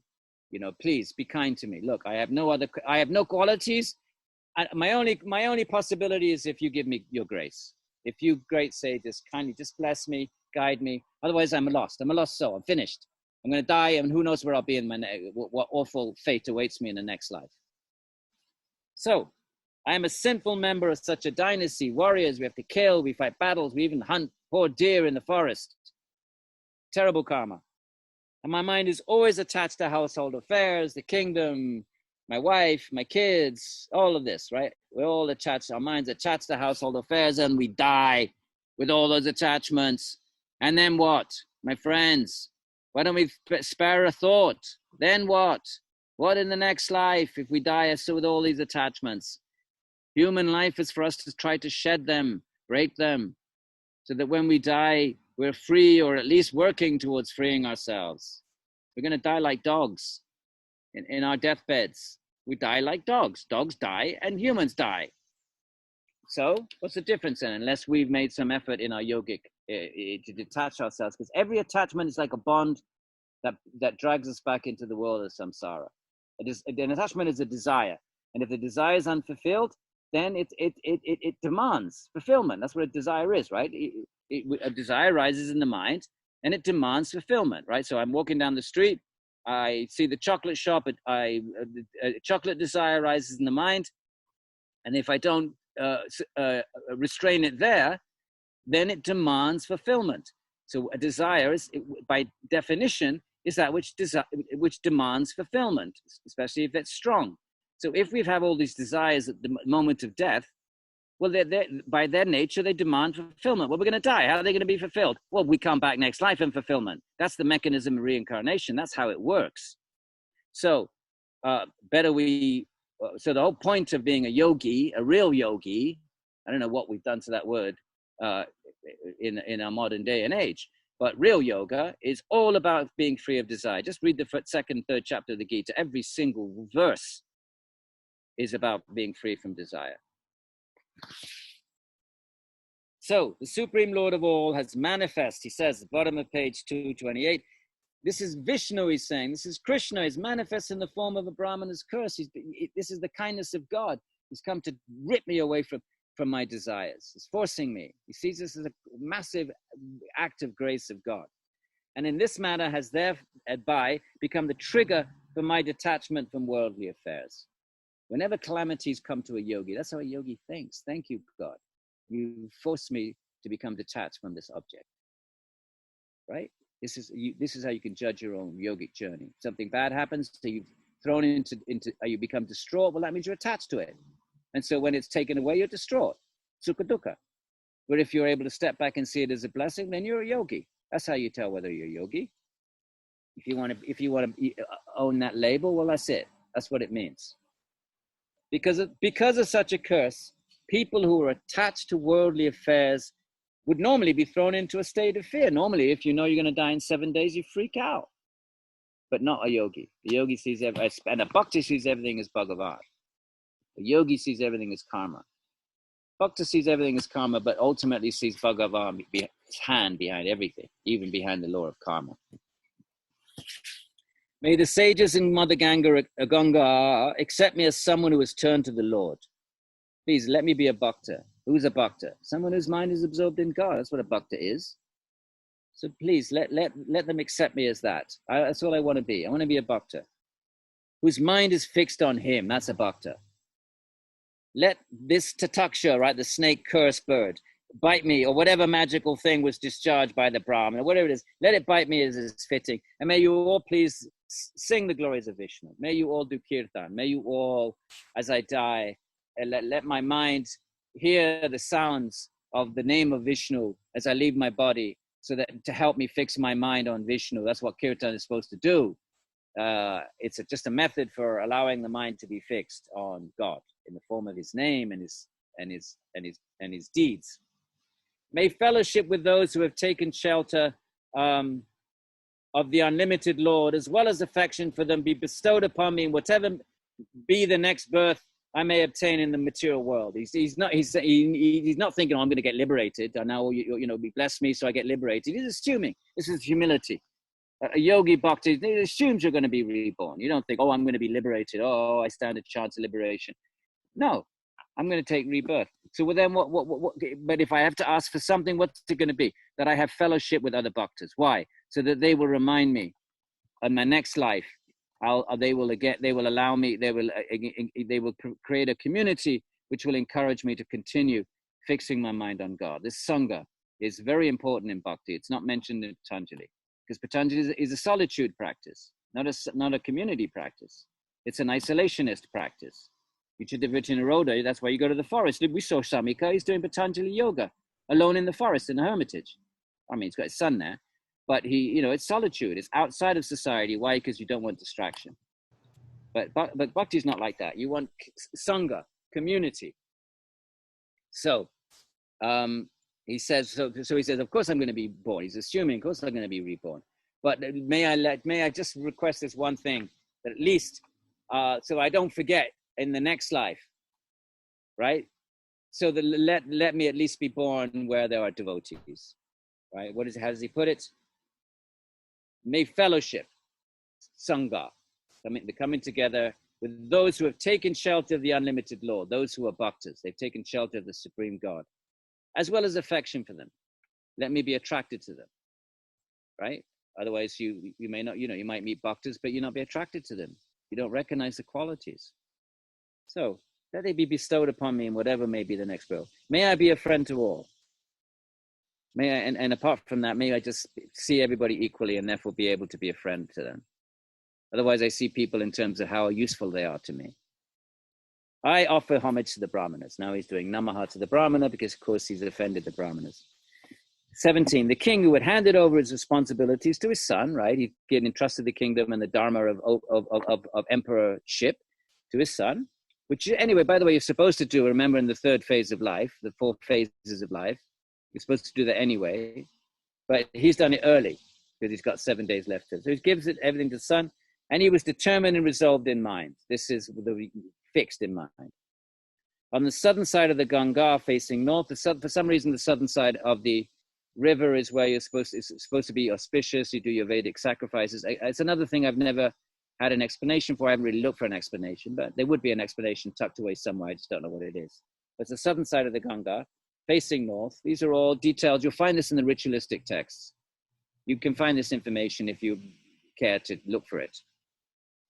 He sat down on kusha grass, elephant grass, right? When you do your Vedic sacrifices, you sit on it. And also yogis sit on it, along with the tiger skin. With its roots facing east. This is all specifics of Vedic culture. It's not going to give you liberation, but it's supposed to be sort of favorable for whatever you're going to do. All of these little details. Okay? So when the King of Kings, remember he's the emperor of the known world, was seated on his seat and waiting death in this manner, even the celestial beings, right? He's such a powerful human, mortal, grandson of Krishna, grandnephew. Even in the celestial realms, they all come to witness this event. Not only have all the sages of the kingdom come, which we read previously, but even the devas, the celestials, want to witness this. They're also trapped by their karma. This is an event for them. Okay? So there they are. What are they doing? They in the heavens, in the celestial realms, joyfully praise him, and they shower flowers on earth, and they played their instruments, their kettle drums. The great sages who had assembled there also praised him and the sages that had come, that were sitting near him on the banks of the Ganga, they also praised him. Sadhu, sadhu, well done. right? They're impressed by this. They approve of this. They bless him. Their nature is to bestow blessings on living beings. And so they spoke to him about the pleasing qualities of Lord Vishnu, right? So at the moment of, so what does the bhakta trying to do with the mind? Only fix it on Vishnu. So they start speaking of Vishnu. So he hears their words about Vishnu. And so his mind is now in a vrittying. But again, bhakti is about vrittying, but the vrittis are exclusively focused. The content of the vritti is only God. If we die like that, then we return to the abode of God. Then we are liberated, but not the liberation of Patanjali, of Svarupa Vastanam, of just of experiencing our own nature, but we actually, our Atman then gets transported to the divine realm of God for eternal relationship with God. It's a different kind of liberation. By the way, that's all discussed if you ever want to, all this information about how to do bhakti and how is Ishvara understood and what's the relationship with Ishvara, Bhagavan, Brahman. It's all in this sequel to the Yoga Sutras. I'm not trying to peddle my books, but I did write them for you. I didn't write them to make money. You don't make money from books. I wrote it for the yoga community. So if you really want to know what bhakti is and get a solid grounding, then that's one resource for you. All right, let's get back to this. So there they are, all the sages now. They're going to help him at this sort of moment of death by just speaking about Vishnu. That's all you can do. When my father passed away in England, in the Isle of Wight, a few years ago, I was at his bedside, and he was obviously dying right there. And so, what can you do? I just chanted japa in his ear, and I just did that. You don't actually know the exact moment when they leave. There's sort of a period. It's not really clear. So that was my, and so I was trying to follow in this. My logic was what we're finding here. Right? What are you actually going to do when someone's leaving their body? What are you going to do? They can't eat. They can barely breathe. So then the only thing you can do at that moment is try to do something so that their mind is somehow in a state of thinking of God. And he was a Brit all the way, so he never really. But anyway, so that was it. That was my last service to my dad. Was chanting the name of Krishna at his bedside as he left his body. So here's something similar like that. So, O best of sage kings, from among those who were devoted to Krishna, there is nothing surprising, right? The Krishna bhaktas. There's nothing surprising about the fact that the ones who desire to become personal associates of Bhagavan. So what kind of liberation the bhaktas want? They don't want Svarupa Vastanam. What do they want then? Eternal relationship with God in the divine realm of Vaikuntha. That's a story for another day, or a later chapter of the Bhagavatam describes Vaikuntha, the kingdom of God, made of pure consciousness. It's not made of matter. Everything is Satchidananda. But God has a form, and everyone and all the living beings have forms. And what do those forms allow? It facilitates relationship with God. And God has infinite forms, because God is infinite. So it's nothing surprising that they renounce the royal throne, which is honored by the helmets of other kings, right? So the throne at Hastinapur, the emperor's throne, all the smaller kings, they come and they pay homage. So what does that mean? They touch their helmets to the feet of the throne. So that, in other words, they're offering their subservient. They're acknowledging their subservience to the emperor. Right? Any culture has something like that. So now he says, the sages say, or he says, we will all remain here. I'm sorry, the sages are speaking now. We will all remain here until this foremost of Bhagavan's devotees relinquishes his material body. They're going to stay with him for 7 days. And that's how the whole Bhagavata Purana gets spoken. It gets spoken in the 7 days as sound vibrations that can enter in the king's ear such that his mind is completely fixed on God when he passes away. That's how the Bhagavatam gets spoken, the Bhagavata Purana. So this is the frame story. This is why it gets spoken and how it gets spoken and the conditions under which it gets spoken. Okay, so they say, we'll remain here until the foremost of Bhagavan's devotees relinquishes his material bodies and departs to the supreme realm, Vaikuntha. This is not Svarupa Vastanam. This is not impersonal Brahman. This is the personal, pure spiritual realm of Vaikuntha where Vishnu resides with all his devotees. Krishna has his realm called Goloka. There's infinite realms there because The absolute is infinite, and God is infinite. The realms are infinite, the forms are infinite, but they're forms with qualities. The different kind of liberation from the form less and quality less liberation of some jnana, knowledge traditions, who seek the Atman rather than Bhagavan. Okay? There are differences in the liberated state. I just throwing that out there. I know we need to really spend a lot of time at some point analyzing what I just said. So then he says, this realm Vaikuntha, which is free of sorrow and hankering, is free of dukkham. Remember, the goal of yoga is to be free of dukkham. Well, obviously, Vaikuntha means by definition free of suffering. Suffering comes from temporality, right? Our pleasures are temporary, so when whatever we have is temporary, so when we lose it, including our own bodies, when we die or get old, then we become unhappy. What is unhappiness or distress? For the most part, it's when desires are frustrated and we don't attain them, or we attain them and they prove to be temporary. So then a good deal of suffering is nothing other than that. So but when something's eternal, like the divine realm, and we never lose it, and it's a realm of pure bliss, Satchidananda, so Ananda it lasts forever. Our Anandas in this petty world, they last for a few moments, and then when they finish, then we become despondent. And that's what suffering is. We have some desire, either we don't fulfill it and we become upset, or we do fulfill it and then we can't hang on to it and then we become upset. Either way, we become upset.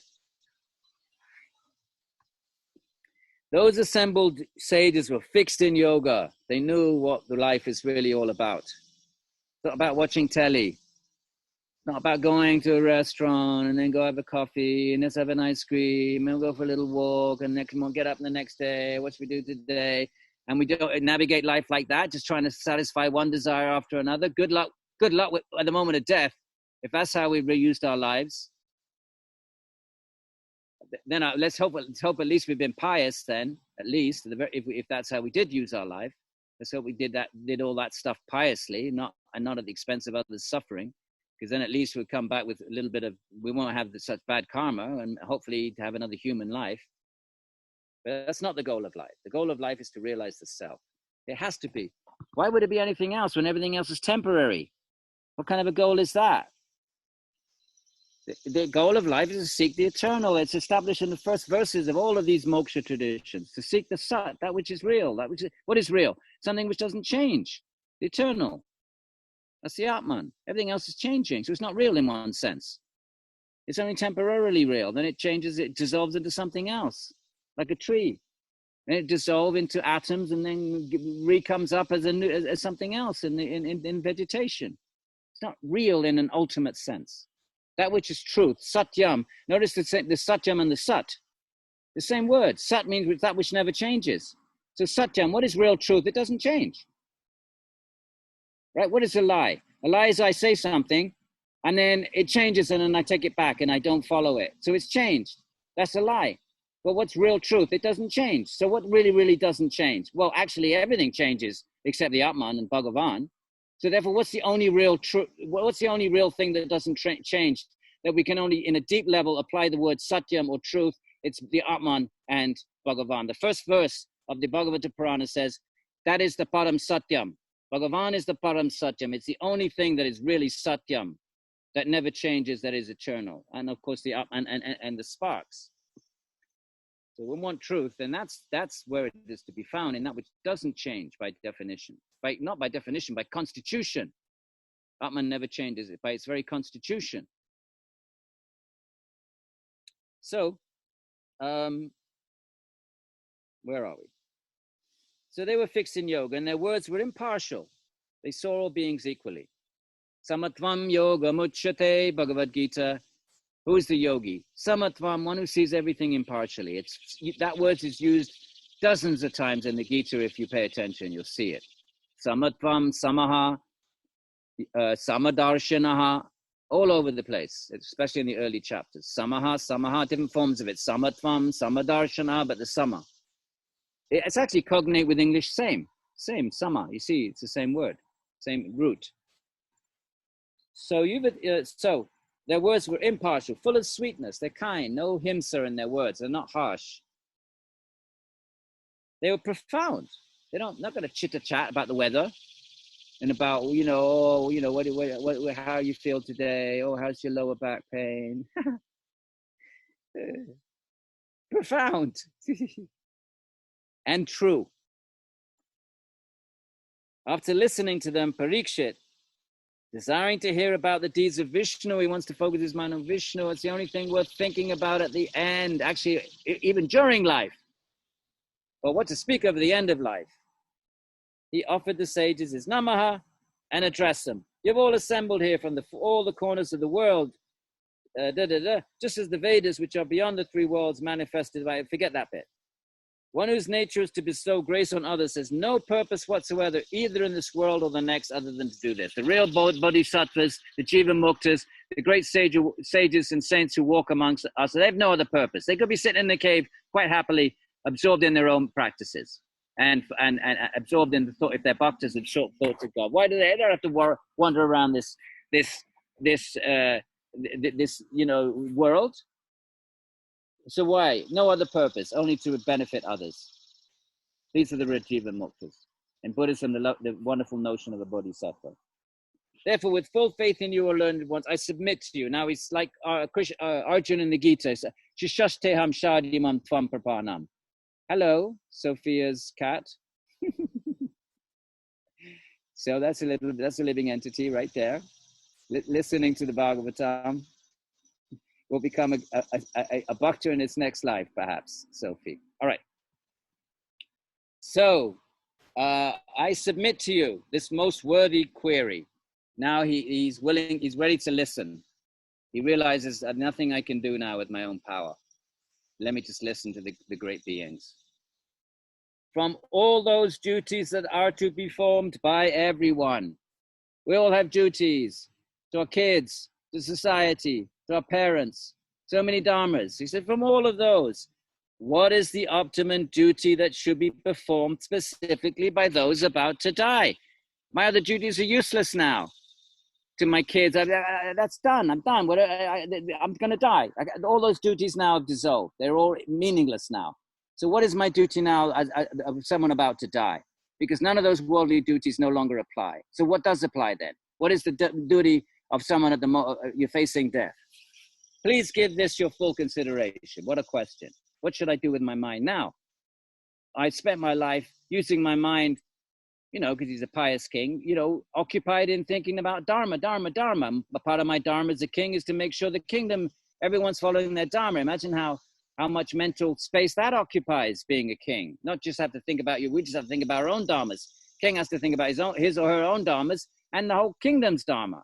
So think about how cluttered our minds are, trying to figure out how to do our duties. Well, imagine being a king, having to oversee everybody else's whole civic dharma. So none of that applies now. So what is the dharma of someone about to die? At that moment, by chance, the son of Vyas, the great Shuka, which is the next story, I don't know if we have time to read it, happened to arrive there. Because nothing is by chance. He was wandering around the earth in the guise of an ascetic renunciate. He just, a guise. He's really a totally realized soul. But he wanders around in the guise, because what happens when you wear the guise of a renunciate? People understand. Like when you wear a police uniform, then people know, okay, you're a police, and they know they can ask you certain types of questions. Can you help me? Can blah, blah, blah. So the renunciate then gives the people the opportunity by his uniform, the uniform of a renunciate, saffron, shaved head, all of that. Now it's identifiable. So people that want spiritual guidance know, okay, I can approach this person. And so it's a guise. But really, it's just another type of asmita. Unless you're a liberated being, then it's just a guise. It's just a guise. Wearing saffron doesn't mean you're an enlightened being. Or dreadlocks, or sacred clay, or beads around your neck, or anything else. So he's in the guise of an ascetic renunciate, completely unattached to anything. Why? Because he was satisfied by the realization of his Atman, the inner self. surrounded by young boys, his elevated characteristics lay concealed. No, it is very kind of childish. And so children are very naturally attracted to great sages, because sages are so simple and pure, and kids are in their own way. Socialized, so they tend to, there's an easy symbiosis. Edwin, we're having some difficulty with the sound. I don't know if you're moving your hands over the mic. I am, yeah. Yeah, okay, thank you.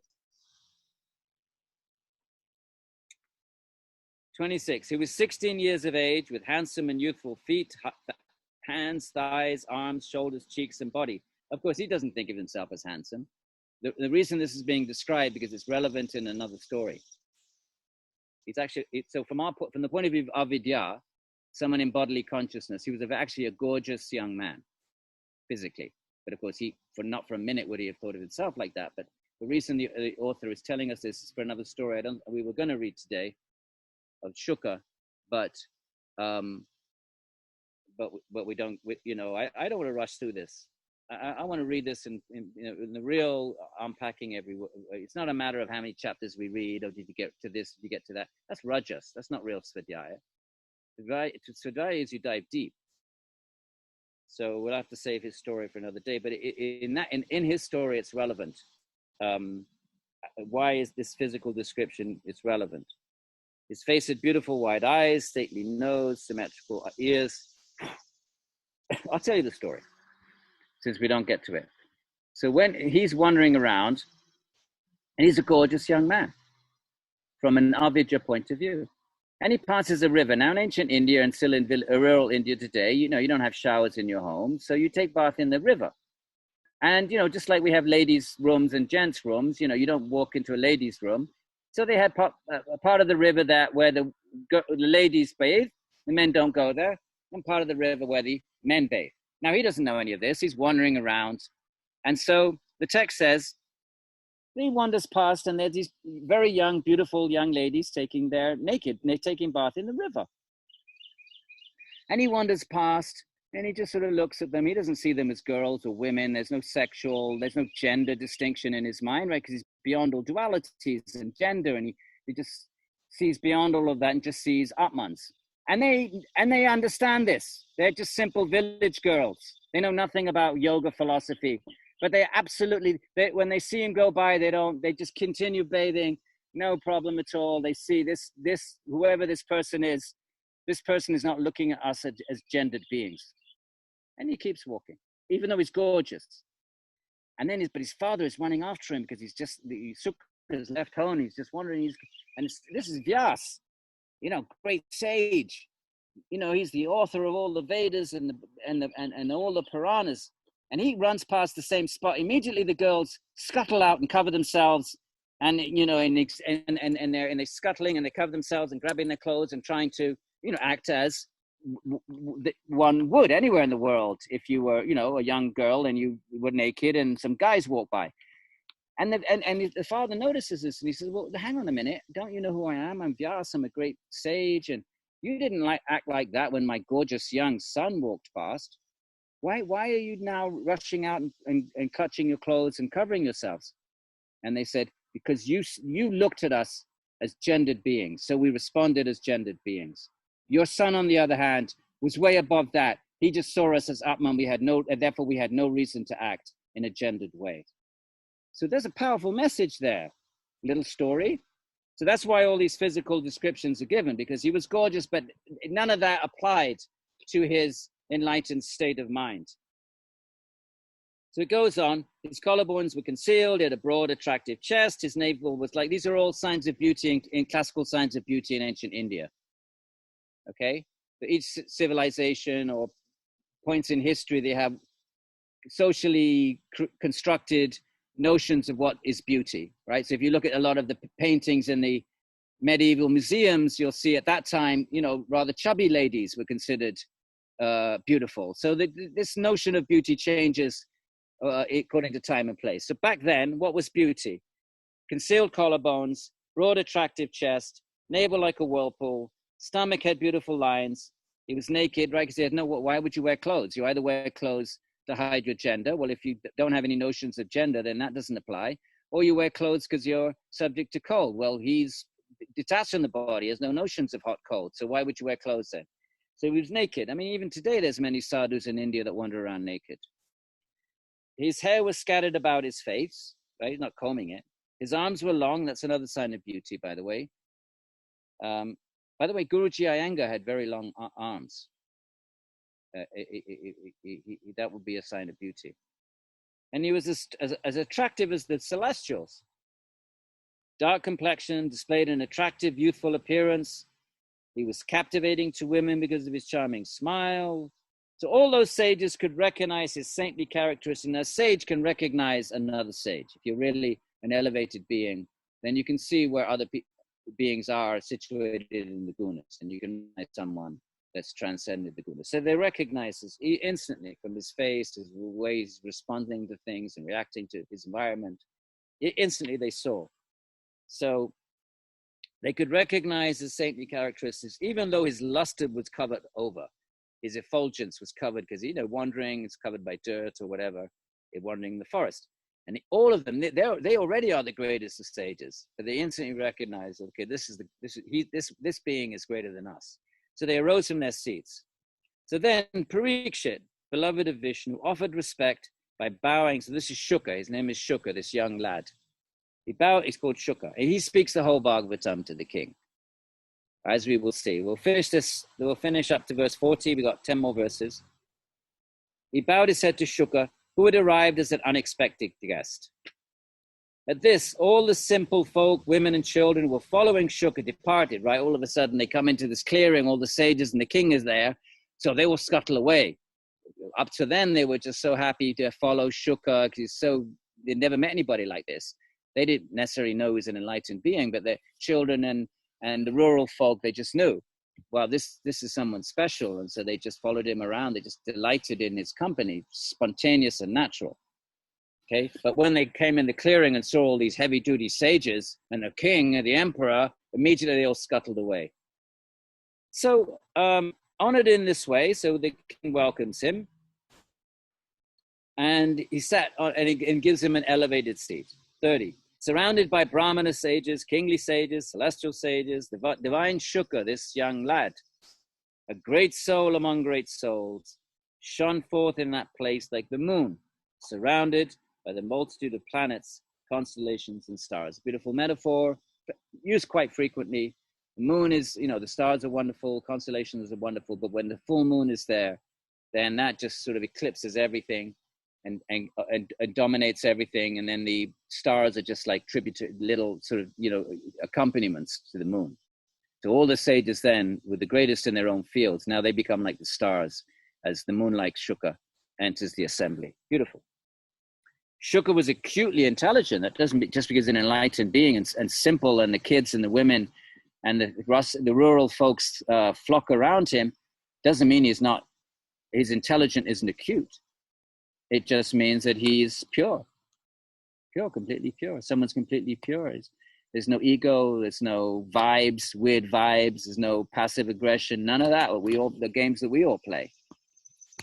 And therefore people just love that. You just want to be around that. You never met anybody like that, even though the whole point of mentioning the rural people is they'd never done Svadhyaya. They didn't know. They didn't have any means to know who he was. They didn't have descriptions in sacred texts and that they can compare with. They were just spontaneously attracted. That's the point of the previous verses.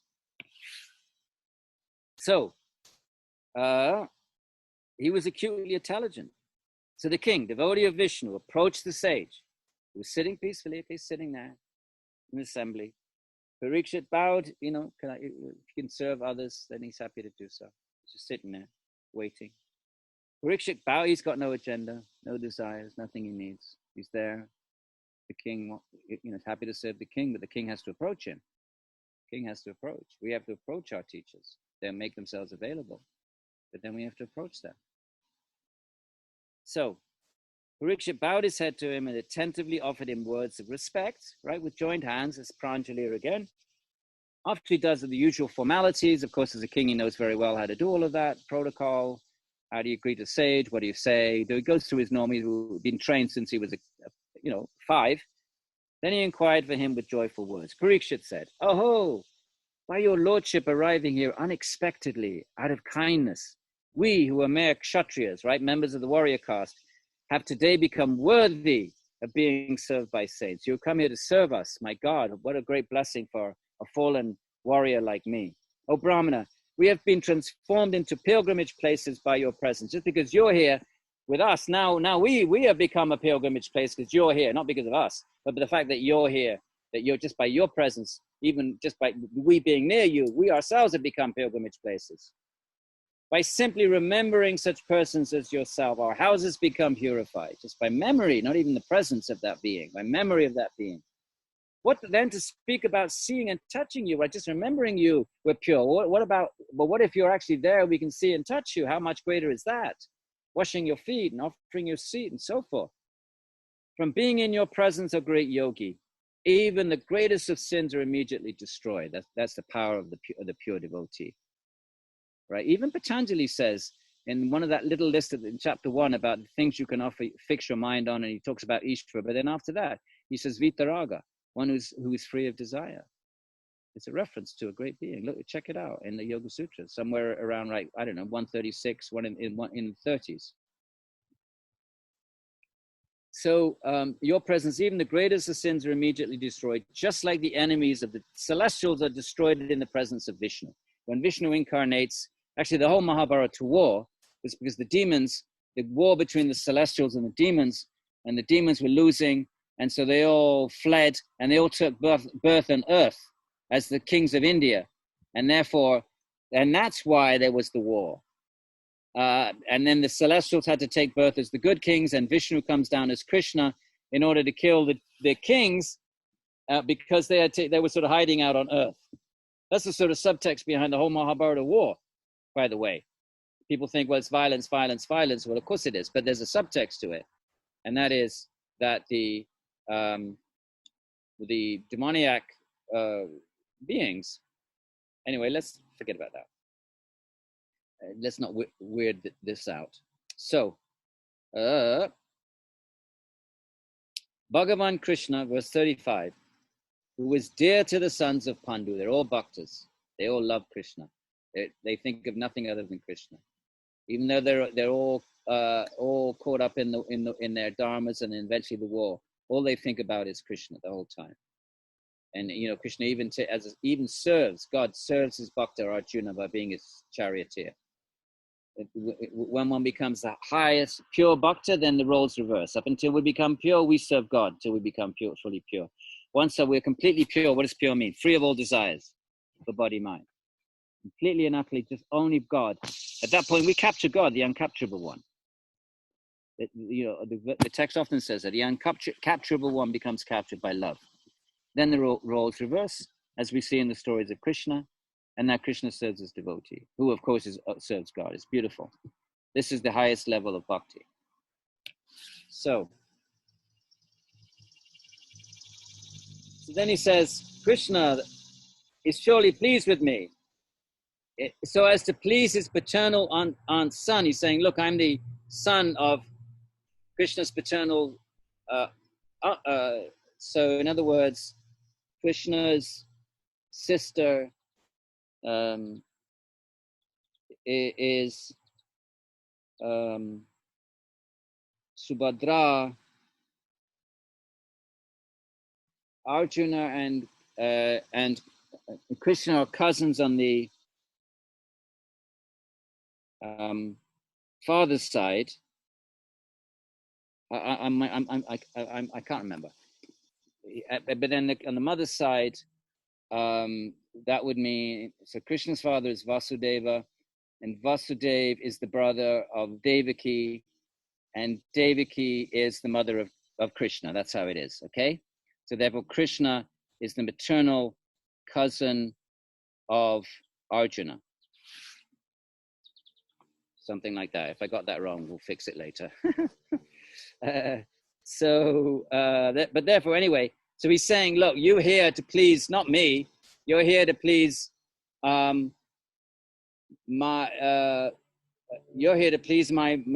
paternal aunt. That's why you've come to me. Sorry, I know that was a bit not very clear, but that's because my memory is not very clear right now. Okay, bear with it. Is not important. Their paternal is his paternal arm, but the point is what he's saying. You didn't come here for me. You actually just came to because Krishna is my paternal. That's the point. He's being humble. That's the message, not the specifics of the genealogy. Otherwise, how is it possible for me to be blessed by seeing you? I have no qualifications. You haven't. I'm too lowly. So you must have come to please my paternal. You must have come to bless my, to please my paternal aunt. You are perfect and compassionate, but your ways are concealed to humankind, right? We don't necessarily recognize the great soul. How do you recognize? Unless you yourself are on that level. People think, oh, this guru is this, that, and the other. How do we know that? Most gurus are just trapped in their ego, jet setting about. So, your ways are concealed. So you're perfect and compassionate, especially to those who are about to die.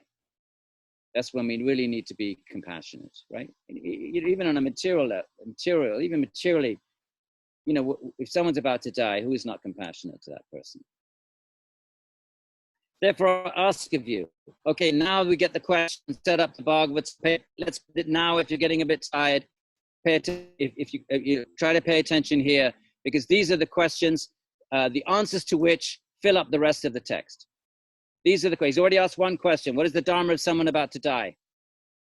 I know what the dharmas are in the world because we've got the Dharma Sutras. We have other texts that tell us that. We have a whole body of texts in ancient India called the Dharma Sutras. And they tell all the material dharmas. What's the dharma of a husband? What's the dharma of a wife? What's the dharma of a king? What's the da-da-da-da-da-da? There's this huge text, the whole body of literature. We know about that. Well, what's the dharma of someone about to die? That's not in those texts. It's not because all those worldly duties no longer irrelevant then when you're on the deathbed. So that was his first question. Now he's going to ask several more. And together, these are the questions which then create the opportunity for Sukha to deliver his response, which takes up 18,000, almost 18,000 verses in the form of the rest of the text, the Bhagavata Purana. So what are the questions? Therefore, 37, I ask you, these are the questions. The most eminent of gurus amongst yogis. You see, all the other sages have recognized him as the most eminent. They're also going to sit there and listen to great Shuka. And some of them go off and repeat the story elsewhere.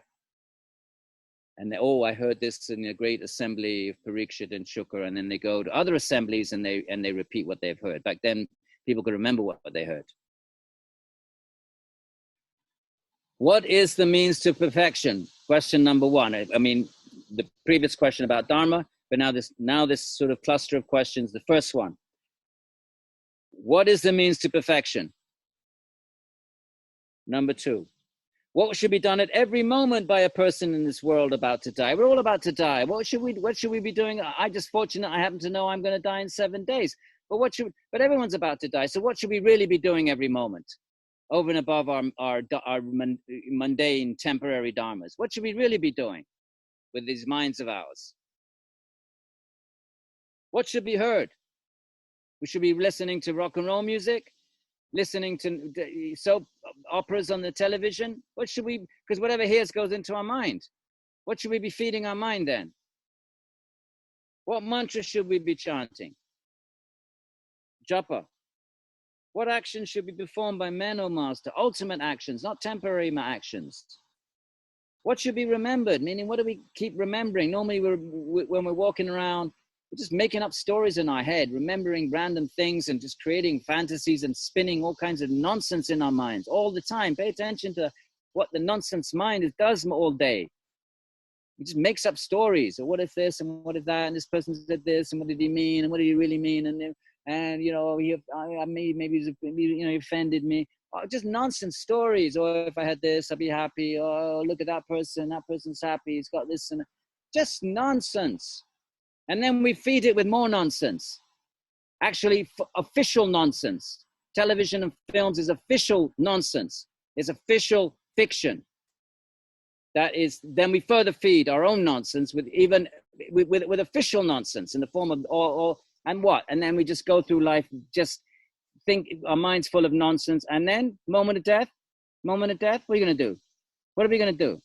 Remember our soap opera? We missed an episode. What are we going to do? How good is all that? What use is all that going to be? So, what action should be performed by people who have any sanity and sense? What should be remembered? And what should be worshipped? Bhakti is nothing other than remembrance all the time of God. That's what it is. And also, please tell me, what should be avoided? Indeed, O Brahmana, it is known that your honor never lingers in the homes of those attached to their households for more than even the brief time taken to milk a cow. So the idea is the real saint is wandering around, and he'll go to a home, and in the guise of an ascetic, remember a guise, and he'll say, could you please give me some milk? Why is he doing that? It gives the householder an opportunity to ask questions. If the householder doesn't, then he'll take his milk and he'll go. You're not going to linger. It gives everyone the opportunity. If the householder says, oh, Maharaj, come, please come in. Please give us your kindness. Please guide us in our spirit. Then he'll stay. For as long as there's sincere questions. If not, if the householder just, out of piety, it's a sadhu, let me give him some milk, just out of a sense of piety, he'll take the milk and go. And yes, the householder did an act of piety, some good karma, but missed the opportunity of asking about ultimate truths. So therefore it says, your honor never lingers in the homes of those attached to their households for more than even the brief time taken to milk a cow. Go around the back, milk the cow, give the sadhu some milk, and that's it. Then he'll go. Otherwise, but if you say, oh, Maharaj, please come inside, sit down, here's the milk, please be kind. Can we, we have some questions. We have, how do we help us? We're trapped in karma, we're trapped in our household, we have all these attachments, please, how can we free ourselves? Then he'll stay and have some discussion and give some blessings in the form of spiritual guidance, as he's going to do to the king for the rest of the text. Addressed and questioned in this way with those sincere words, the great Shuka, son of Vyas, knower of Dharma, including the ultimate Dharma, responded to the king, and then we have the rest of the bhagavata. So that's how the text is the frame narrative, nice story, and packed full of theological wisdom that we're absorbing through the story without realizing that we're really absorbing all these teachings. And this is how yoga, and bhakti especially, is transmitted across the millennia, across the centuries in ancient India, and still today. Now, how long were we supposed to go on for in this workshop? Till 5, another 45 minutes. Oh, we have another 45 minutes. Yeah.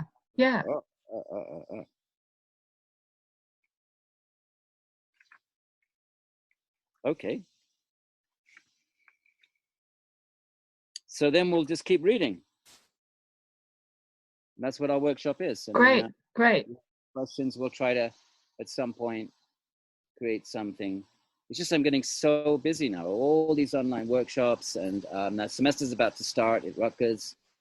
And all of that's going to go online, by the way, because we're all doing it online. And so the advantage of that is that since I'm doing it online, I'm recording everything and I'm putting it all on my website, and you can all download it for free. Or the next semester will be an introduction to Hindu philosophy, also Sanskrit, first part Sanskrit.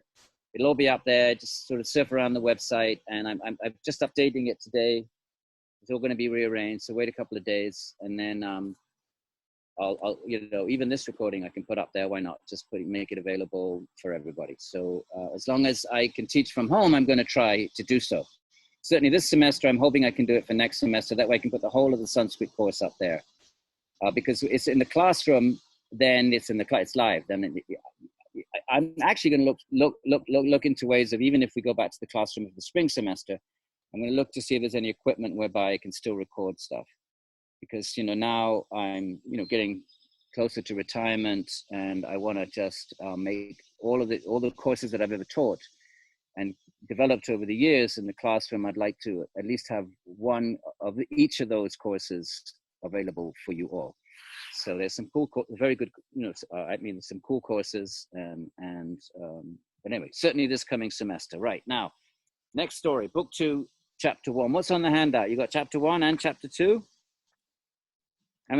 Yes, should do. Yep. 1 and 2 and 3, you got the whole lot? No, then we have the Krishna story as well, I think. I'm not sure We're not if going we to have get to 3. that today. Do you want to read a Krishna story, or do you want to continue with Shuka's response, the I beginning think of it his would be response? great to continue with Shuka's response because Okay, we're does right in the everybody middle of want to it. sort of quickly, you got 30 seconds, send in your vote. And Karen, see if you can I will. get just a very vague sense of where everybody's at. Krishna story, which is after all what we're supposed to be thinking of as bhaktas.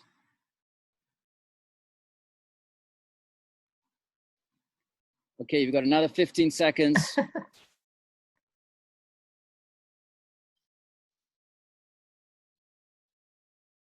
Okay.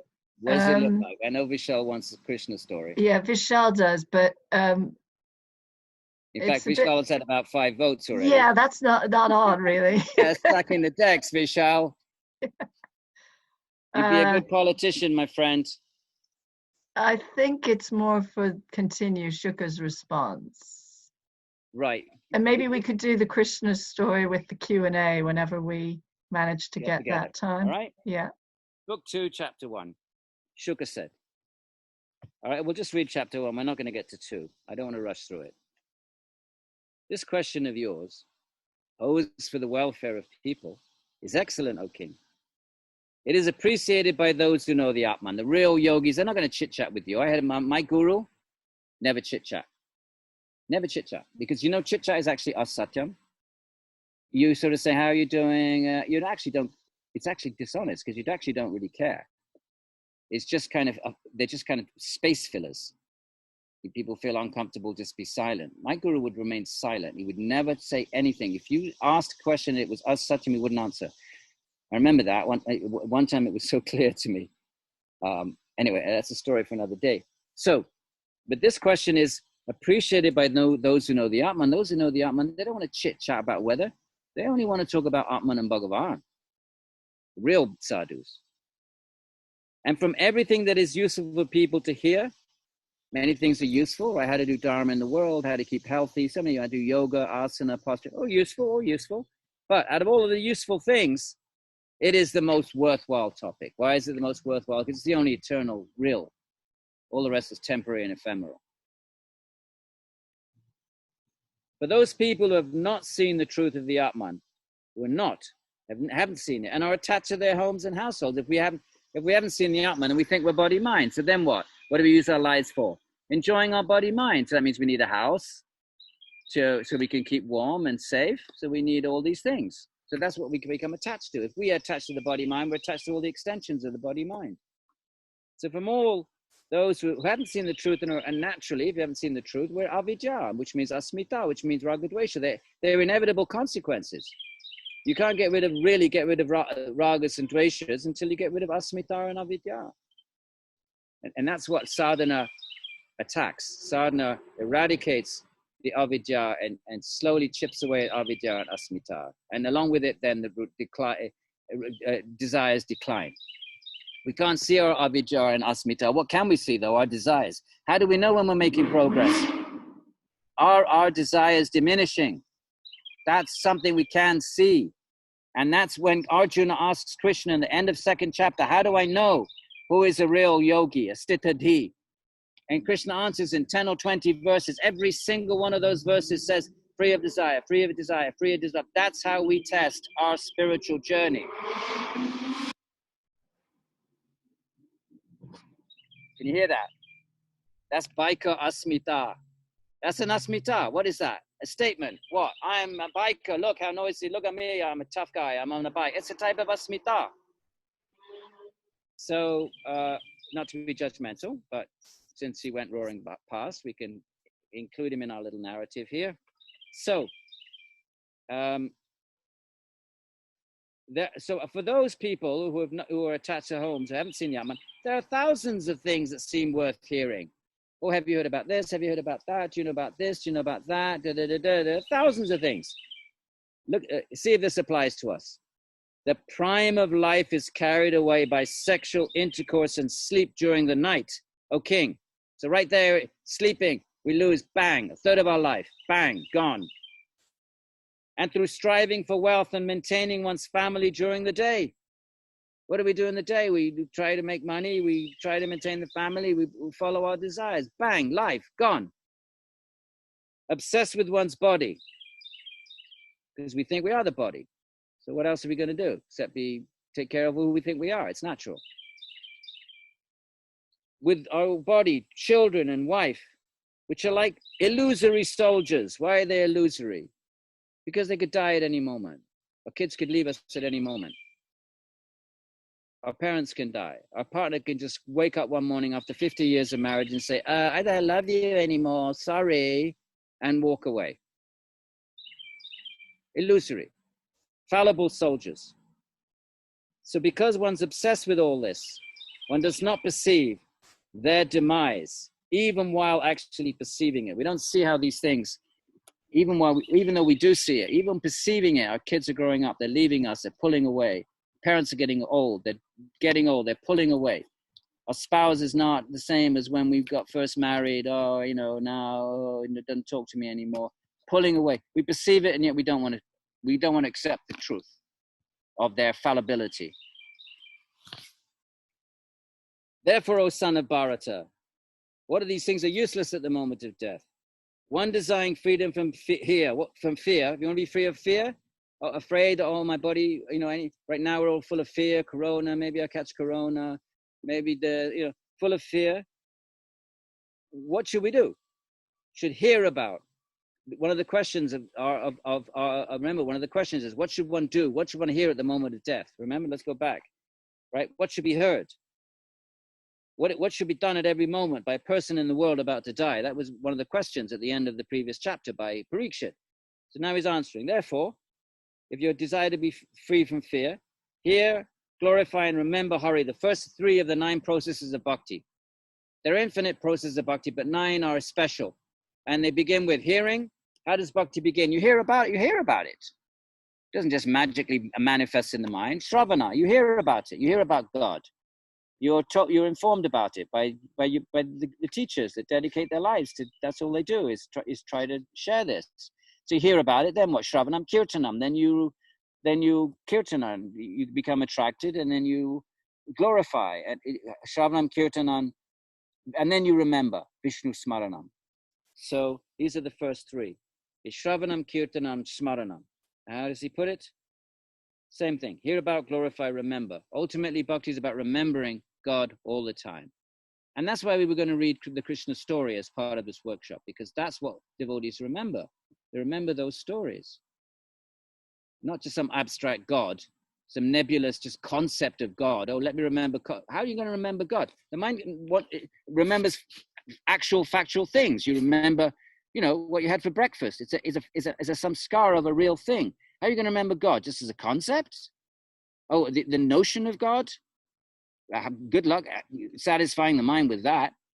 Mind's not going to be satisfied with the concept of God.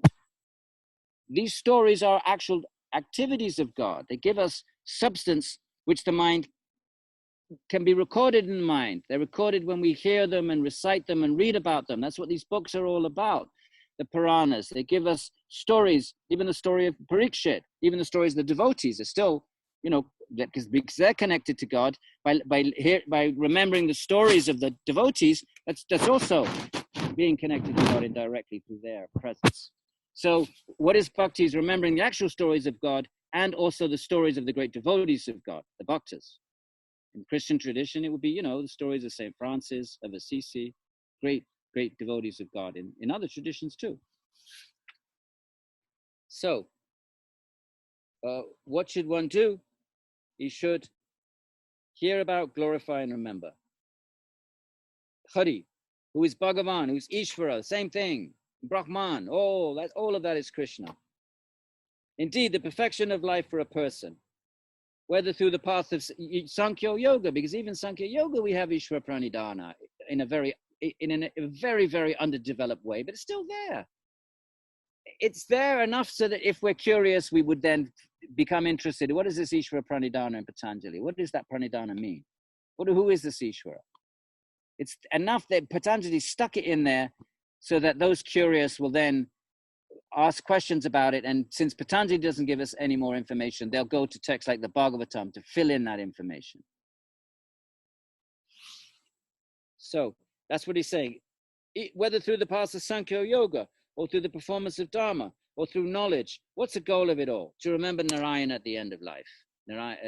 Vishnu, Narayan, Krishna. These are forms. This Bhagavatam says Krishna is the supreme form, and all the rest are secondary, derivative forms. Okay, other traditions flip that around and say no, Vishnu is the supreme form, and Krishna. That's a quibble within lineages. That's a whole story for another day. Doesn't matter whether it's Vishnu, Narayana, Krishna. Ultimately, it's the same being, and your mind will be attracted to one of those, or Ram, the stories, or Shiva for the Shaivites, and Devi for the Shakta traditions. So that's the goal of life, the perfection of life. 6. Let's read it again. But what's the perfection of life? Not just being a good dad or a good. Those are dharmas, and of course they're important. But that's not perfection. Those are just normal duties that everyone's supposed to do. Even the dogs have their dharma. Even dogs have the dharma. Even inanimate things have dharma. This book has a dharma, and that is it contains information. That's the dharma of a book. Dharma is what is the essence? What is the nature of something? Even a table has a dharma, and it different from a chair, which has a different dharma. Dharma just means the quality of something. So we have natures in this world, and nature of a son, nature of a parent, and these are all dharmas, but they're not ultimate. Next life will be in a different body, with different gender, and a completely different set of dharmas. So what's the dharma of the Atman? Remember, that was the first question. So here he says, what is it? It's to remember Narayan at the end of life. Why are you going to do that unless you practice it in life? You think you're going to be on the deathbed and you did no practice at all in life, and you've been attached to body, mind, and you're dying? What are you going to be thinking of? You're going to be thinking of that which you're leaving behind. You're going to be thinking, oh, I didn't finish my construction of my house. I didn't finish my, what about my kids? They're still in school. Whatever it is, you're going to be thinking about that which you're attached to. How are you going to think of Narayana at the moment of death unless you put some work in? That's called sadhana. That's what sadhana is all about in bhakti. You have to be remembering God during life itself. So, usually, O king, verse 7, sages who have desisted from mundane ritualistic rules and regulations, right? They've dropped out of all that. They've given up all mundane dharmas. Because the dharma has rules and regulations, right? A son behaves in this way to a parent, a daughter behaves in this way to a parent. There's rules and regulations, right? Any society has them. But the sages, the ascetics who drop out, they renounce all of that. They don't. What do they? They don't follow those rules and regulations. Even in India today, when a sadhu gets on a train, no ticket collector is going to ask him for a ticket because they don't have any money. Which ticket collector is going to throw a sadhu off a train? At least the India that I knew in the 70s, I don't know, I haven't been on a train for. When I went to India in the 70s, we traveled around in the old, funky old trains. Sadhus would just sit on the roof. No one ever bothered them. They wanted to go to pay a pilgrimage, just jumped on the train. Because they don't have any dharma. And no ticket collector is going to mess with a sadhu. So they walk into a hospital. No one's going to ask them for fee or sign a document. They don't have a right. I'll just say, Maharaj, how can I serve you? Okay, I get a pain. Okay, let me see. This is the sadhu. So anyway, those sages who have desisted from mundane rules and regulations are situated in the state beyond the gunas, right? Beyond, not even sattva, even beyond sattva. So they've realized the Atman, they've realized Bhagavan. They relish the qualities and stories of Hari. They don't relish anything else. They don't want to hear about any mundane nonsense, but they love to absorb their minds in stories of Ram and Krishna and Ishvara. This is what the sages do. This Bhagavata Purana, now the text that we're reading, is non-different from Brahman. Why? Because Krishna is non-different Brahman. And this text is about Krishna, and therefore it's non-different from Brahman. It's another form of incarnation, just like mantra is. The Bhagavatam is a type of literary incarnation. It's called that. It's actually called a literary incarnation. I learned it from my father Vyas at the end of the previous yuga. Remember the war, Mahabharata war, is just on the junction of the two ages, the 4 ages. The Kali Yuga begins the minute Krishna goes back to his divine abode. So that's when Shuka heard it from his father Vyas. I will narrate that Purana to you. He's in answer to your question, to the king's question. You're a great soul, sir. This is Shuka speaking, the naked boy, sage. Devotion for Mukunda is awakened in those who have faith in it. The text promises us that if we read this text with an open heart and humility, we will become bhaktas. That's why I wrote this. It's not the whole thing, but I picked out the stories which you yogis, people that understand the Yoga Sutras will relate to. And that's so I was selective because some of the stories in the text are not, might seem a little odd. So this is a selection. So my hope is that people read this, get a taste, and then read the entire thing. Because the text says, if we do that, we will become bhaktas. That's what it says just now. I'll read it again. Devotion for Mukunda is awakened by those who have faith in it. This Purana, the Bhagavata Purana, verse 10, right? Put a little note under that and read that again afterwards. The chanting of the name of Hari, because one of the king's question is, what should I chant? So now he's going to answer that question. Remember the question, one of the 5, 6 questions? What should I chant? The chanting of the name of Hari, right? The name of Krishna. Whether it's Om Namo Bhagavate Vasudevaya, whether it's the Hare Krishna Mahamantra, Hare Krishna, Krishna Krishna, Hare Hare, Hare Ram, Ram Ram, Hare Hare, whether it's Om Namo Narayanaya, these are all names of Hari. There are many names, infinite names. Shiva's name is also a form of Ishvara, Om Namo Shivaya. So that chanting has been prescribed out of all the different types of sadhana for those yogis who are disinterested in material enjoyment. They realize material enjoyment is suffering, is fulfilling, and who desire freedom from fear. Constantly fearful, what if I lose this? What if my money runs out? What if I get fired? What if I catch corona? We're constantly plagued by fears. What is the use of many years squandered mindlessly by a deluded person? Mindlessly, just watching TV, watching soccer, going out, going and what's the use of that at the moment of death? What is the use of many years squandered mindlessly, using the mind in just useless, frivolous ways by a person in avidya who doesn't understand that he or she is Atman? Let it be known that it's better for 1 hour to be spent striving for one's ultimate. Even if we spend 1 hour in life seriously pursuing the Atman, that's better than a whole life just spent mindlessly wondering about seeking one pleasure after another and just maintaining our bodies and our homesteads and just getting older. 1 hour is better than all of that. All that's useless. It's just karma.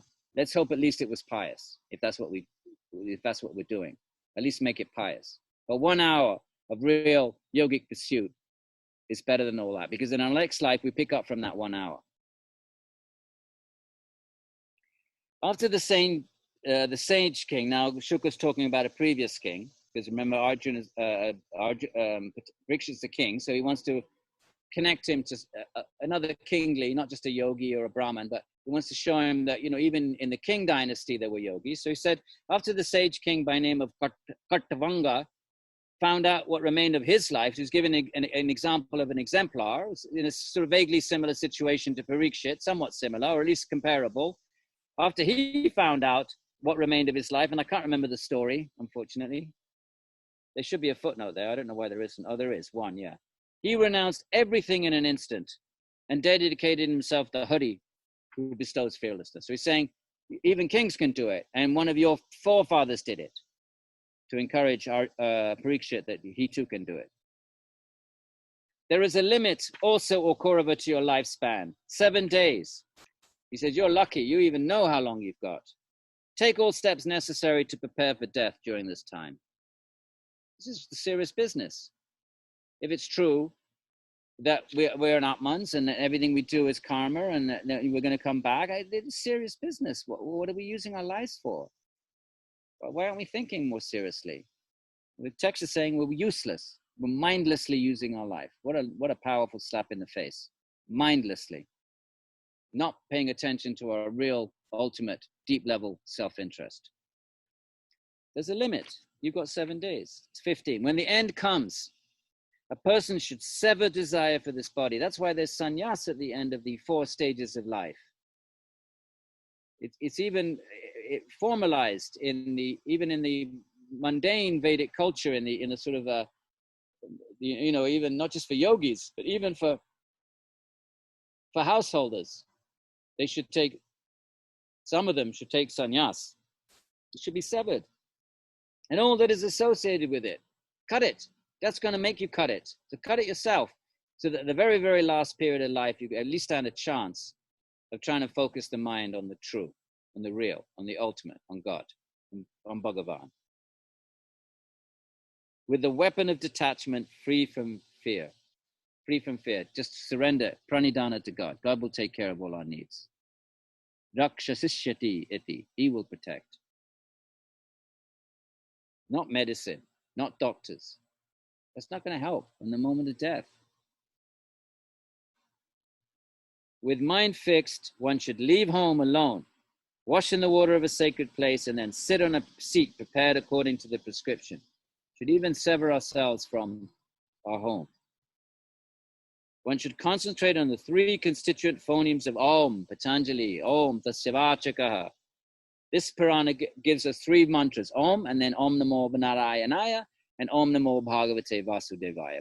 Bhaktas prefer the full names of Ishvara. They're less partial to just Om, because Om can also be a reference to Atman. It can also be Atman in impersonal Brahman. Whereas the Bhaktas want personal Brahman, so therefore they accept Om, but they prefer to add onto it a more fully manifest divine presence. So the Om becomes Om Namo Narayanaya, Om Namo Bhagavate Vasudevaya. So they want the more personal, but that's latent in Om.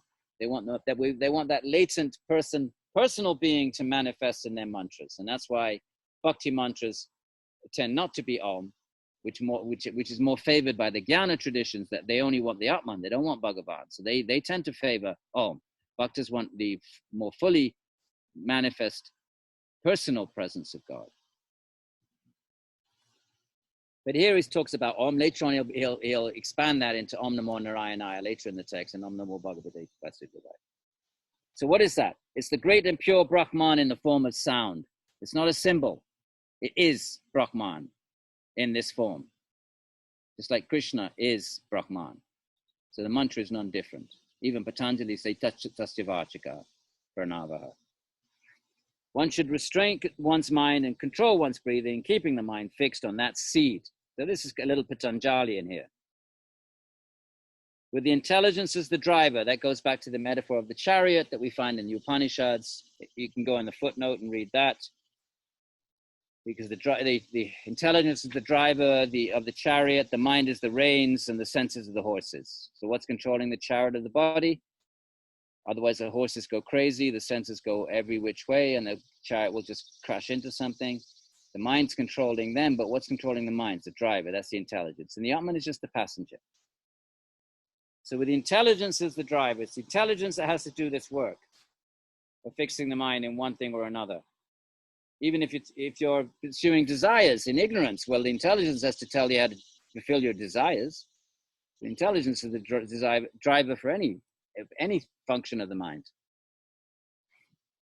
One should remove the senses from the sense objects by means of the mind. That's pratyahara. If one's mind becomes disturbed by agitation, one should focus it on the desired object, Lord Krishna. This is fixing the mind on Krishna, not just on Atman. Mind becomes agitated, fix it on Krishna and surrender to Krishna and trust that Krishna will manifest in the mind so that the desire gets forgotten and overlooked. Because Vishnu's presence is far more powerful and blissful than any trivial, silly little foolish desire. One should meditate on one limb of the Lord. So now you're visual, right? What is the Shesha mantra? Abahu, Purusha Akaram, Shankha, Chakra, Asidarinam. You're meditating on each of these limbs. One with the Shankha, one with the Chakra, Darinam, Sahasra Shirsha, that's the head. Shvetam, that's the color. What are we supposed to be doing when we chant this invocation? Meditating on the different limbs and features of Bhagavan. What is that invocation all about? It's not just like a parrot. That's a tape recorder could do that. It's meant to be an opportunity to visualize and create a meditation on the form, one particular form of Ishvara, of infinite forms of Ishvara. One just happens to be Shesha, in that, at least in that, captured in that particular invocation. What were we doing? What are we doing? One should meditate on one limb of the Lord with uninterrupted mind. After controlling the mind and removing it from sense objects, one should not think of anything else. The mind should take pleasure there alone. And the invocation is supposed to give us an opportunity to do that before class. Normally, one's mind is harassed by rajas and deluded by tamas. Right? We all know that. But a wise person should control it by concentrating. There's no easy way. It's hard work to do this. Dharana. But what's the dharana here? It's the fixing on God, not on the Atman, on Bhagavan. That's what makes Bhakti Yoga different from Patanjali Yoga, which is Dhyana, Dhyana. It's a different path.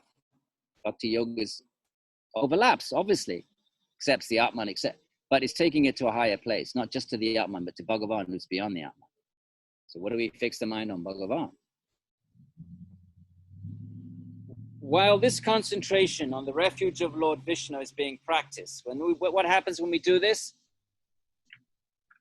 The symptoms of bhakti appear in the yogi. What are they? Ecstasy, hair standing on end, tears flowing from the eyes. You don't get this from meditating on the Atman. You get this from meditating on Bhagavan. Ecstatic symptoms. So these are the symptoms of bhakti appear, and then the elimination of desire.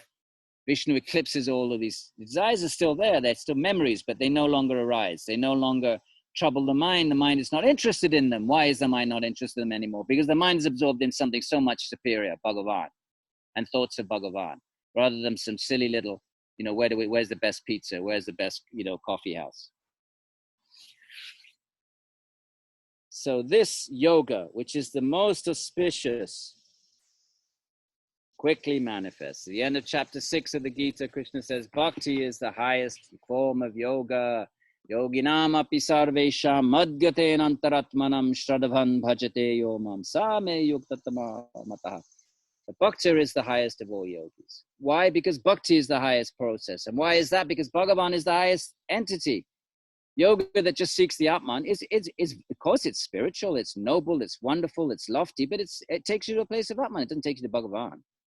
So if Bhagavan is higher than the Atman, then the yoga which takes to Bhagavan is a higher yoga. It's not making a sectarian statement. It's just pointing to the fact that Bhagavan is the ultimate truth. So therefore, the yoga which takes you to your own Atman is limited in that regard, compared to the yoga that takes you to your Atman and to the Atman beyond Bhagavan.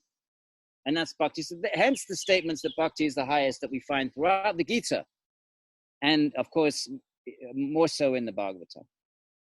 So then that's such as the beginning of his answer. And then he goes on for another 12 books. Questions? So we've had some questions in the chat already. And Kimberly, if you're do we want to just spend the last 15 minutes reading some of these amazing verses in chapter 2? Oh, okay.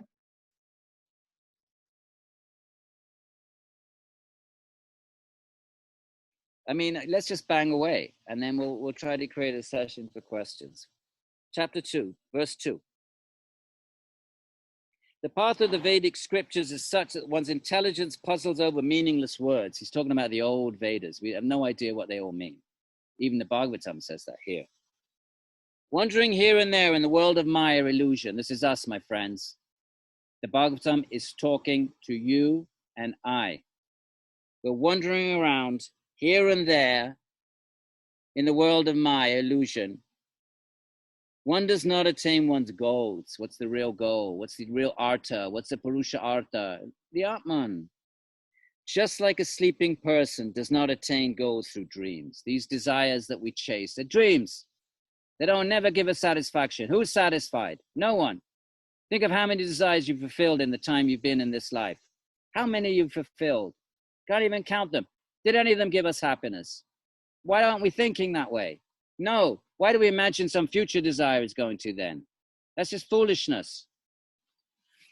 So just like a sleeping person does not attain its goal through dreams, what are they? Made of memory imprints, samskaras. What are desires? Imprints, samskaras. They're just like dreams.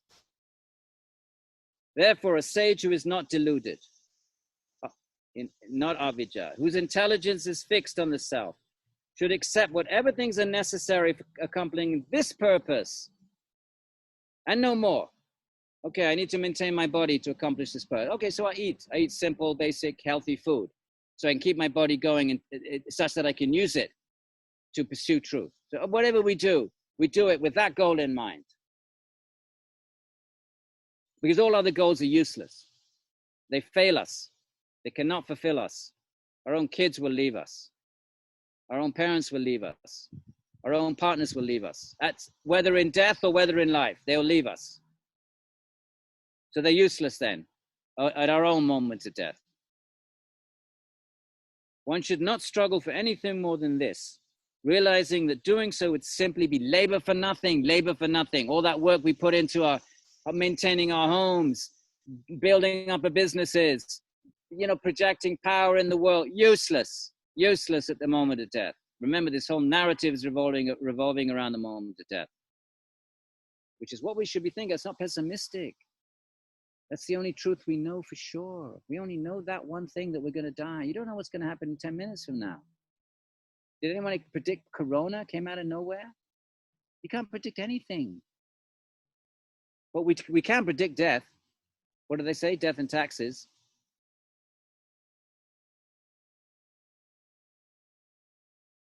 It's labor for nothing. Everything else, labor for nothing.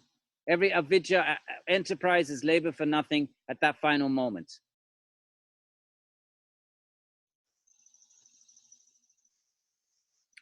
When the ground is there, what is the use of endeavoring for beds? This is the life of the sadhu.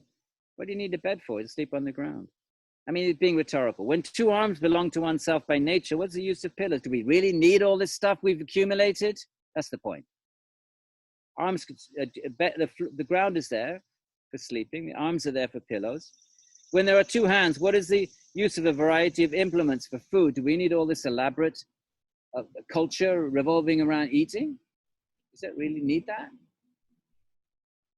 And when nakedness or the bark of trees is available, what's the use of clothes? I mean, obviously, let's extend that. Do we really need all this fashion industry, makeup, all of this stuff? What's the use of that?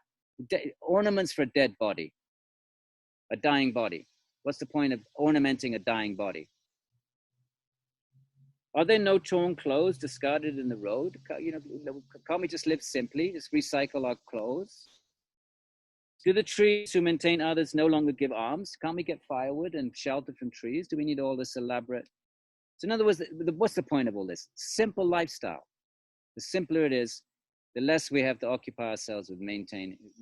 Our minds get distracted into these useless things, like useless in ultimate terms. So look, do the trees no longer give us arms, and don't they give us wood and shade? What is where are we? Have the rivers dried up? Do they no longer provide water? Well, actually, ours are so polluted. The answer to that is yes. Are the caves closed? Do you really need to have all this elaborate, fancy residences? Does the Almighty Hari not protect his devotees? Do we have no faith in God? God's maintaining everything anyway. But even if we think we are the doers, actually we're not. Karma is really doing, and Bhagavan. Why should wise people serve those who are blinded by the pride of wealth? We work for people so they will pay us, and we serve them. Why should the enlightened person do that? They're blinded by wealth. It is the Atman that's the cherished goal.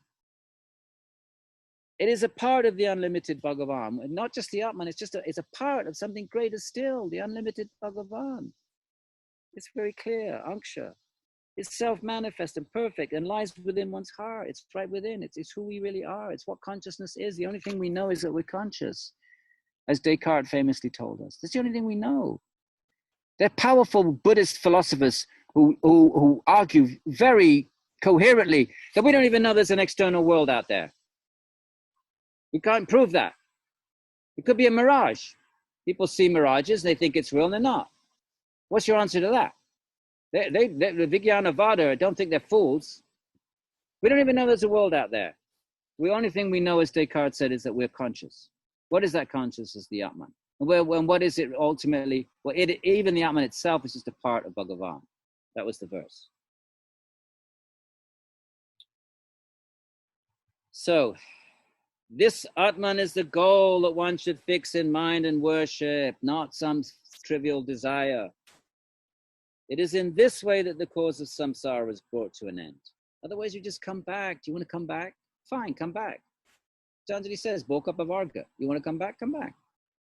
But then don't cry when we come back and we face the karma that we've created in this life. Don't cry that, oh, why did bad things happen to me? I'm such a nice person. Why does God hate me? It's karma, my friends. If you want to come back, come back. No one's judging. But if you realize that life is suffering, it ends in old age and death, and what's the point in coming back and then doing the whole thing again? And that desires have never fulfilled. Just look back on your own life. Then what becomes the goal? Someone who realizes that the Atman, that which is eternal.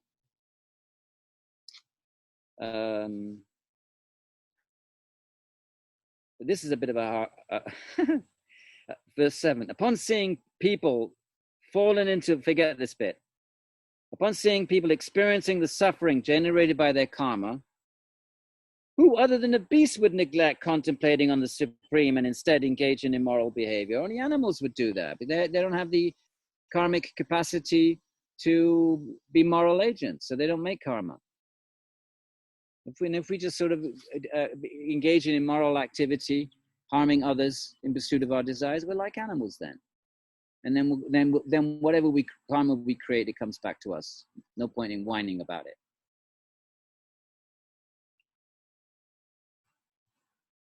All right, and then we have another meditational, and we'll end on that. Some people, not all, but some contemplate with concentration on the Supreme Being is situated within the heart, means the mind. When it says the heart, it means the mind. Within their own bodies. The size of the span of a hand, he has 4 arms bearing lotus disc, conch, and club. What do you think the Shesha mantra is? Shankha Chakra Asi Dharinam. He's holding those 3 things. Why not 4? Because the meter didn't allow that, because of the 8-syllable restriction of the meter, it couldn't fit in the 4. You contemplate the form of God, one of the infinite forms of God, and one of them has 4 arms with a smiling face. So you create this visual in your mind and contemplate on it. That's the Krishna Bhaktas are, for them, they're creating a samskaric vision of Krishna from samskaras, and we know it's made from mundane samskaras. We're not fools. But we understand that the extent to which we do that with real bhakti, then Krishna can actually manifest in that form, just as you can in a deity made of stone. We know it's made of stone, but bhakti is like a magnet, and Ishvara is attracted to bhakti, and therefore he can manifest in any form, in the sound, in the mantra, in the deity, in the mind. This is what bhakti is. So here's another type of bhakti. And then the description, here's a smiling face and eyes large as the lotuses. Why does he keep describing this? So that we can create our meditations. We follow this description in our meditation when we construct the form in our mind. His cloth is yellowish, like the filament of a kadamba. This is described so many times in the text that you could say, well, why is it repetitive? Because people didn't read. They had to hear this stuff.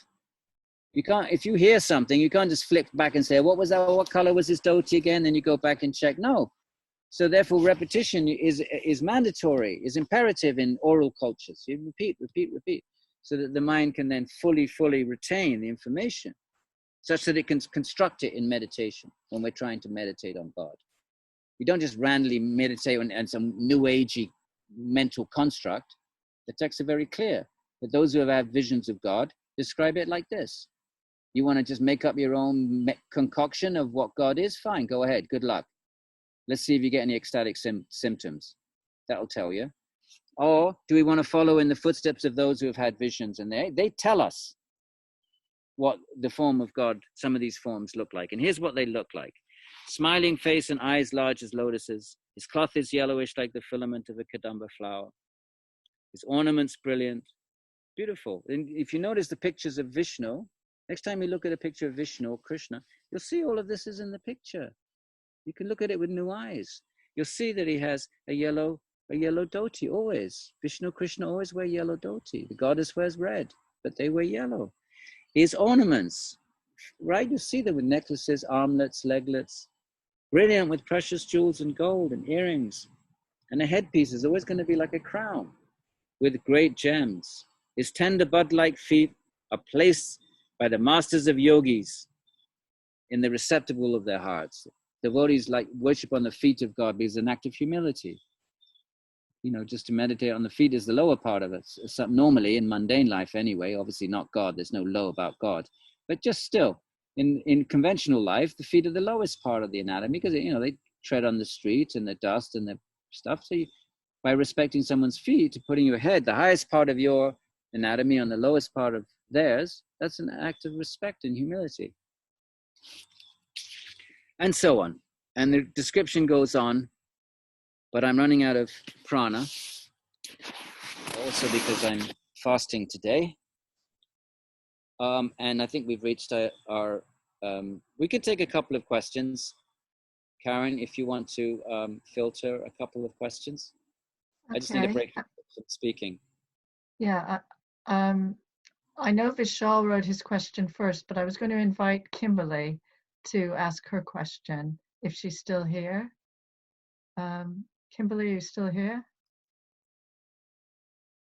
Hi, yes, I'm still here. Okay, if you'd like to, yeah. All right, let me see what my question was. It was a while ago. Okay, I think it had to do with seeking truth in what seems to me to be another form which is subject to time. And so from my perspective, I'm thinking Bhagavan is a form.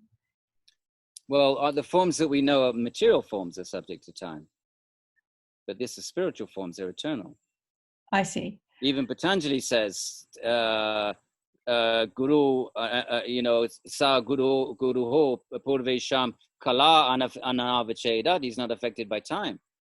Even Patanjali says that. Do you know the verse? Yeah, I know what you're talking about. It specifically says that. So these forms are eternal divine forms. Okay. They're not subject to change, and therefore they're not just some mundane object that perishes. Therefore, they are none other than Brahman with form. In order to engage it in bhakti, bhakti is a relationship between an Atman and God. Well, how does it take place? Well, it takes place, God assumes the form in the and then we have that relationship eternally with that form, a beloved form, and Ishvara will take whatever form we desire. The forms are infinite. They're not. Don't think Prakritic forms. They're the three gunas. The three gunas are always moving, as you say. The Brahman is eternal. Okay, I think in the Advaita Vedanta style, the jnana practice, we are always seeking the formless, or I guess the nirguna Brahman. Exactly. This is not Advaita Vedanta. And Advaita Vedanta gets conflated with Hinduism. And I have two students writing a book on this now, how Advaita Vedanta is kind of like overtaken our modern understandings of Hinduism. It's just one sub-school, and this is not Advaita Vedanta. The absolute is not formless in its ultimate nature.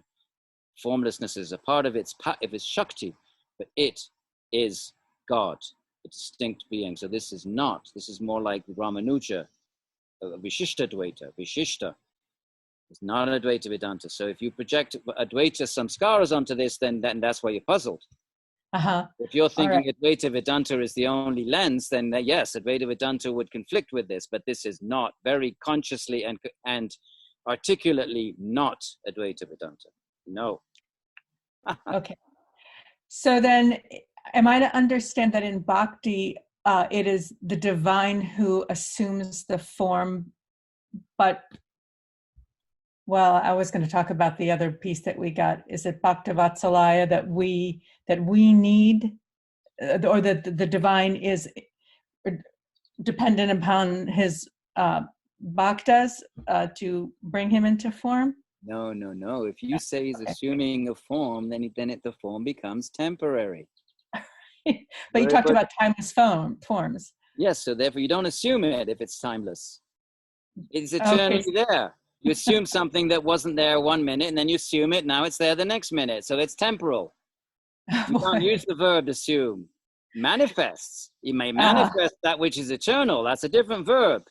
Okay. Because you manifest something that was there, but it wasn't, but it wasn't perceived, and then you manifest it. Like, look, here, underneath this computer, there's a computer case. Now I manifest it. Here we are, everybody. But it was there before. So Bhagavan manifests it, but the forms are eternal. So it's not that he's attracted by love, by his divine nature. And therefore, when the Bhakta Vatsalya, when the devotee surrenders to Bhagavan, just like the child, the mother, when the child cries, that cry, the mother immediately attracts the mother.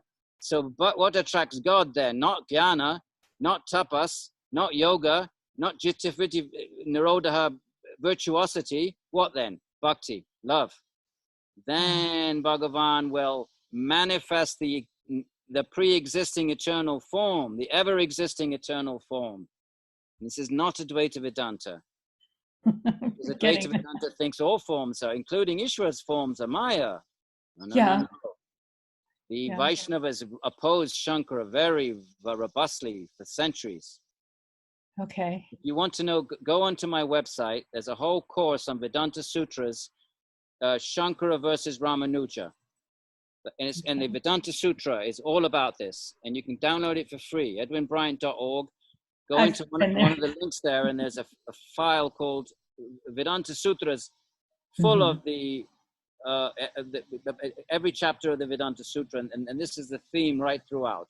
The difference between Shankara as Advaita and one other. I mean, there's many others, but I just chose Ramanuja. And you'll get a sense of this difference. Ramanuja form is eternal, okay? Thank you very much. And I've enjoyed your other lectures up on your site. I'm moving to these now. Thank you. Thank you. Can I invite Vishal to ask his question now? Yes, the ever sincere and faithful Vishal. Bolo Maharaj. Oh, much charity. To be honest, you part answered the question. I mean, it's just a question of interest, really. The Puranas, are they merely stories with mythological elements to capture the attention of the reader so that wisdom can be passed on? Or are they metaphorical, allegorical, literal? I mean, I guess it doesn't really matter. It's just the point of interest, really. Well, so what are you saying with those words, Vishal? Mythic, symbolic, metaphoric. What are you actually saying? What do those words mean? They mean that they're not true. They may be useful. They may be useful for as meditational devices, but they're not true. Is that what the Puranas are saying about themselves?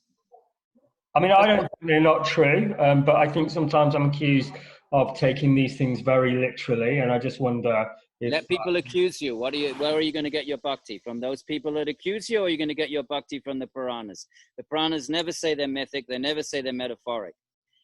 We don't, they are there to give us bhakti.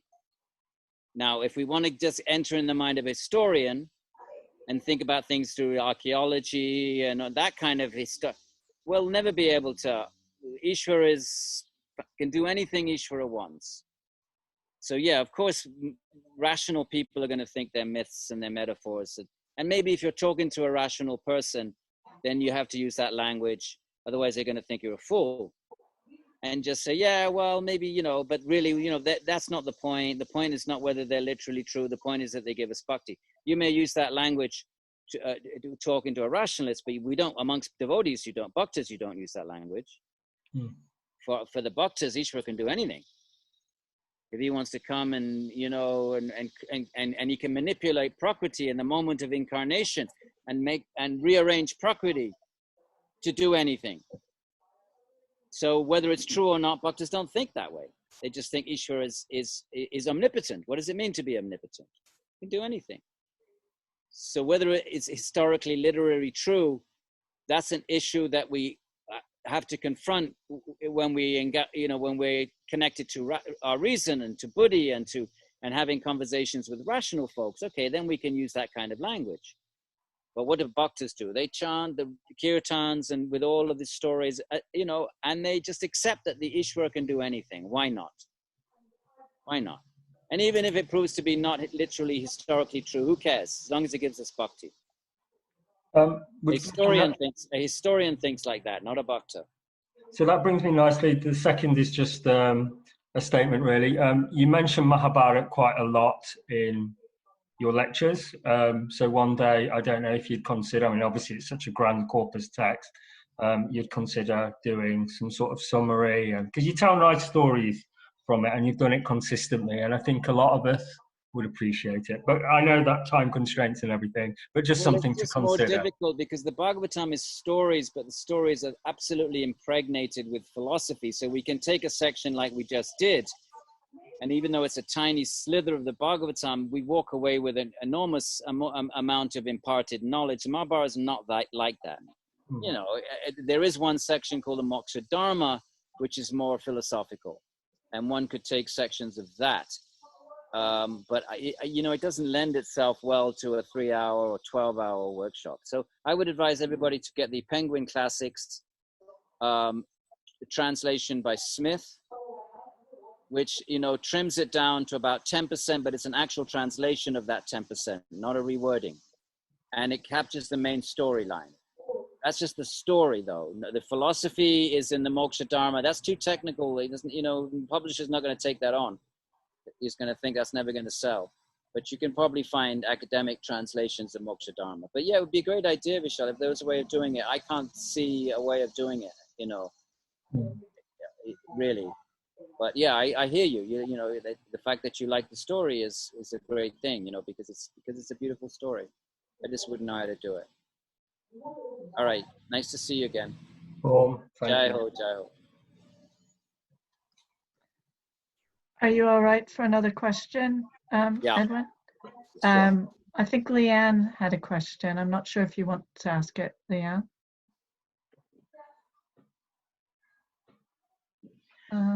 Edwin? Yeah. I was just, you made a reference to your guru, and I was just wanted to ask who that is, or who that is for you. Well, my guru passed away a few years ago. He was a Vraj Bhakta. You would never have heard of him. He was a Vraj Bhakta. A branch is Vrindavan. So he lived there his whole life. He went there when he was 7 or 12.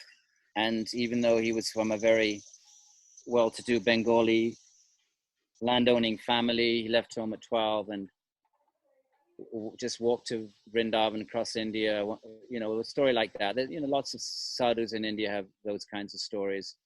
And they just stayed there in Vrindavan until and nobody knew how old he was at the end, because he was born at that time when people didn't really keep documents, and you never know. There are no birth records. Mm-hmm. But he was a devotee of Krishna in the Gaudiya Vaishnava tradition.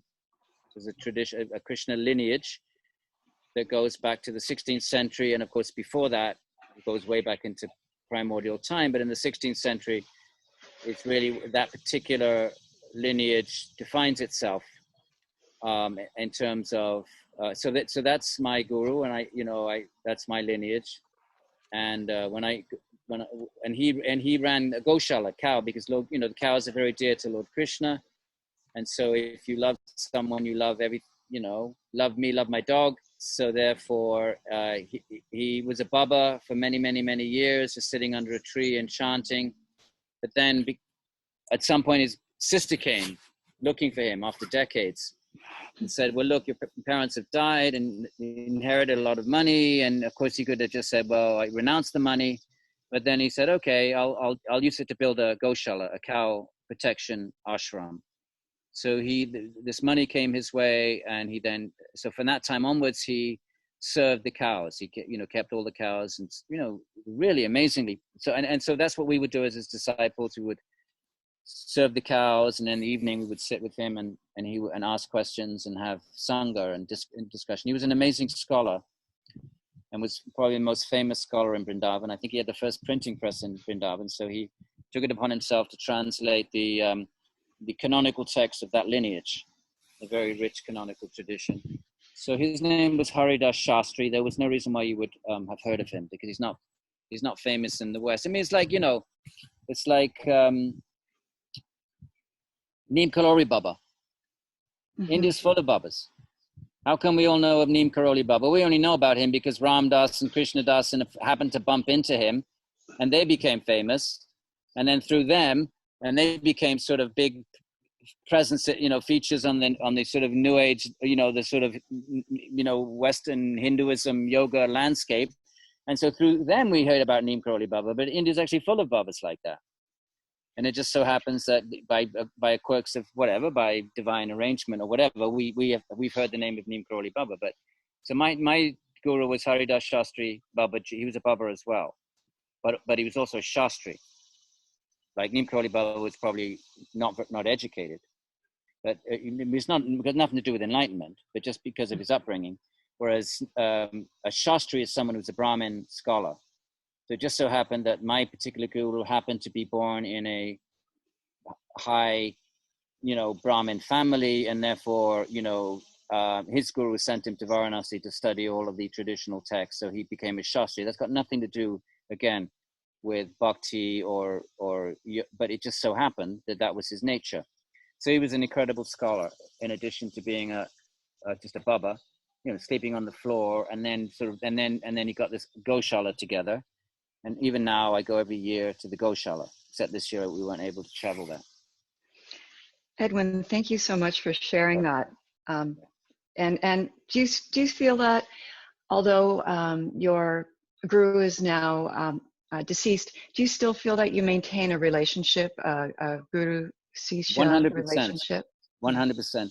Even though I'm very wary of guruship in general, I think 99% of it is abusive, and it's psychologically abusive and spiritually damaging, both to the disciple and to the guru.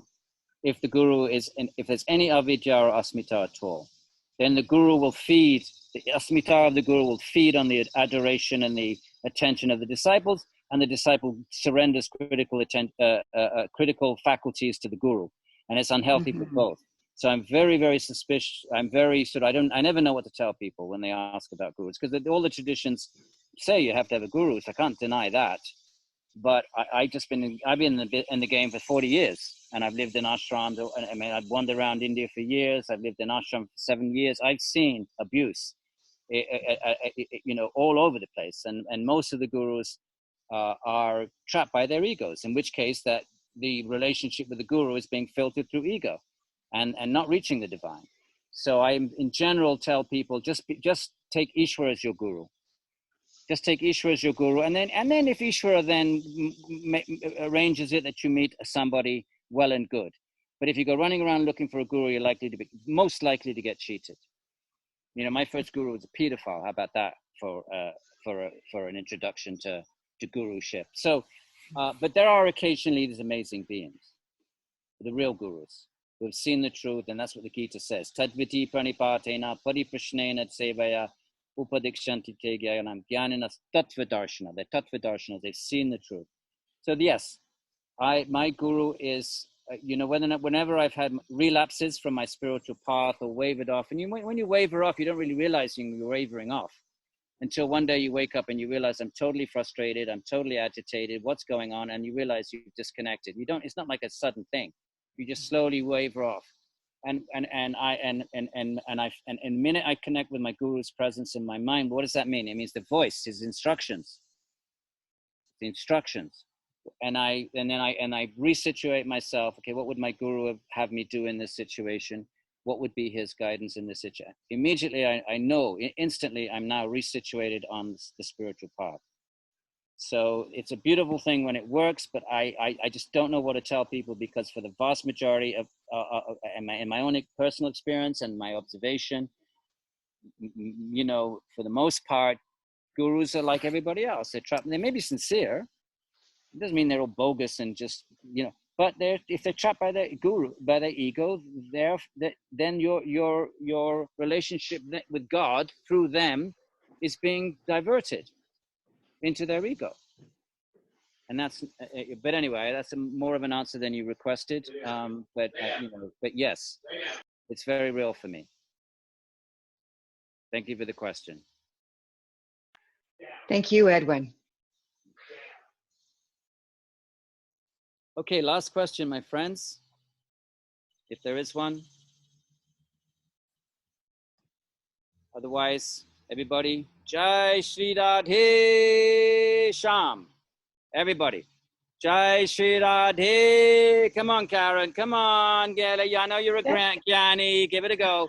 Jai Shri Radhe Sham. Let that ecstasy burst out. Remember, symptoms of bhakti. We did Jnana. Come on, we give Jnana 3 hours. Give bhakti 1 second. Last time. Jai Shri Radhe. Have a great day, everybody. Thank you, Edwin. Right. Thank you, Karen. Karen organized this. Thank you. It's a fair bit of headache. Easy. Dealing with registration and all that stuff. So No. Please people want you to come again, Edwin. They've been sending me messages. Sure. Okay. But please thank Karen in your emails. Just drop her in, just to warm the heart. Plus, we're always grateful as yogis. So as yogis, our nature is to be grateful. So have a great day, everybody. Thank you, Edwin. Jai Shri Radhe.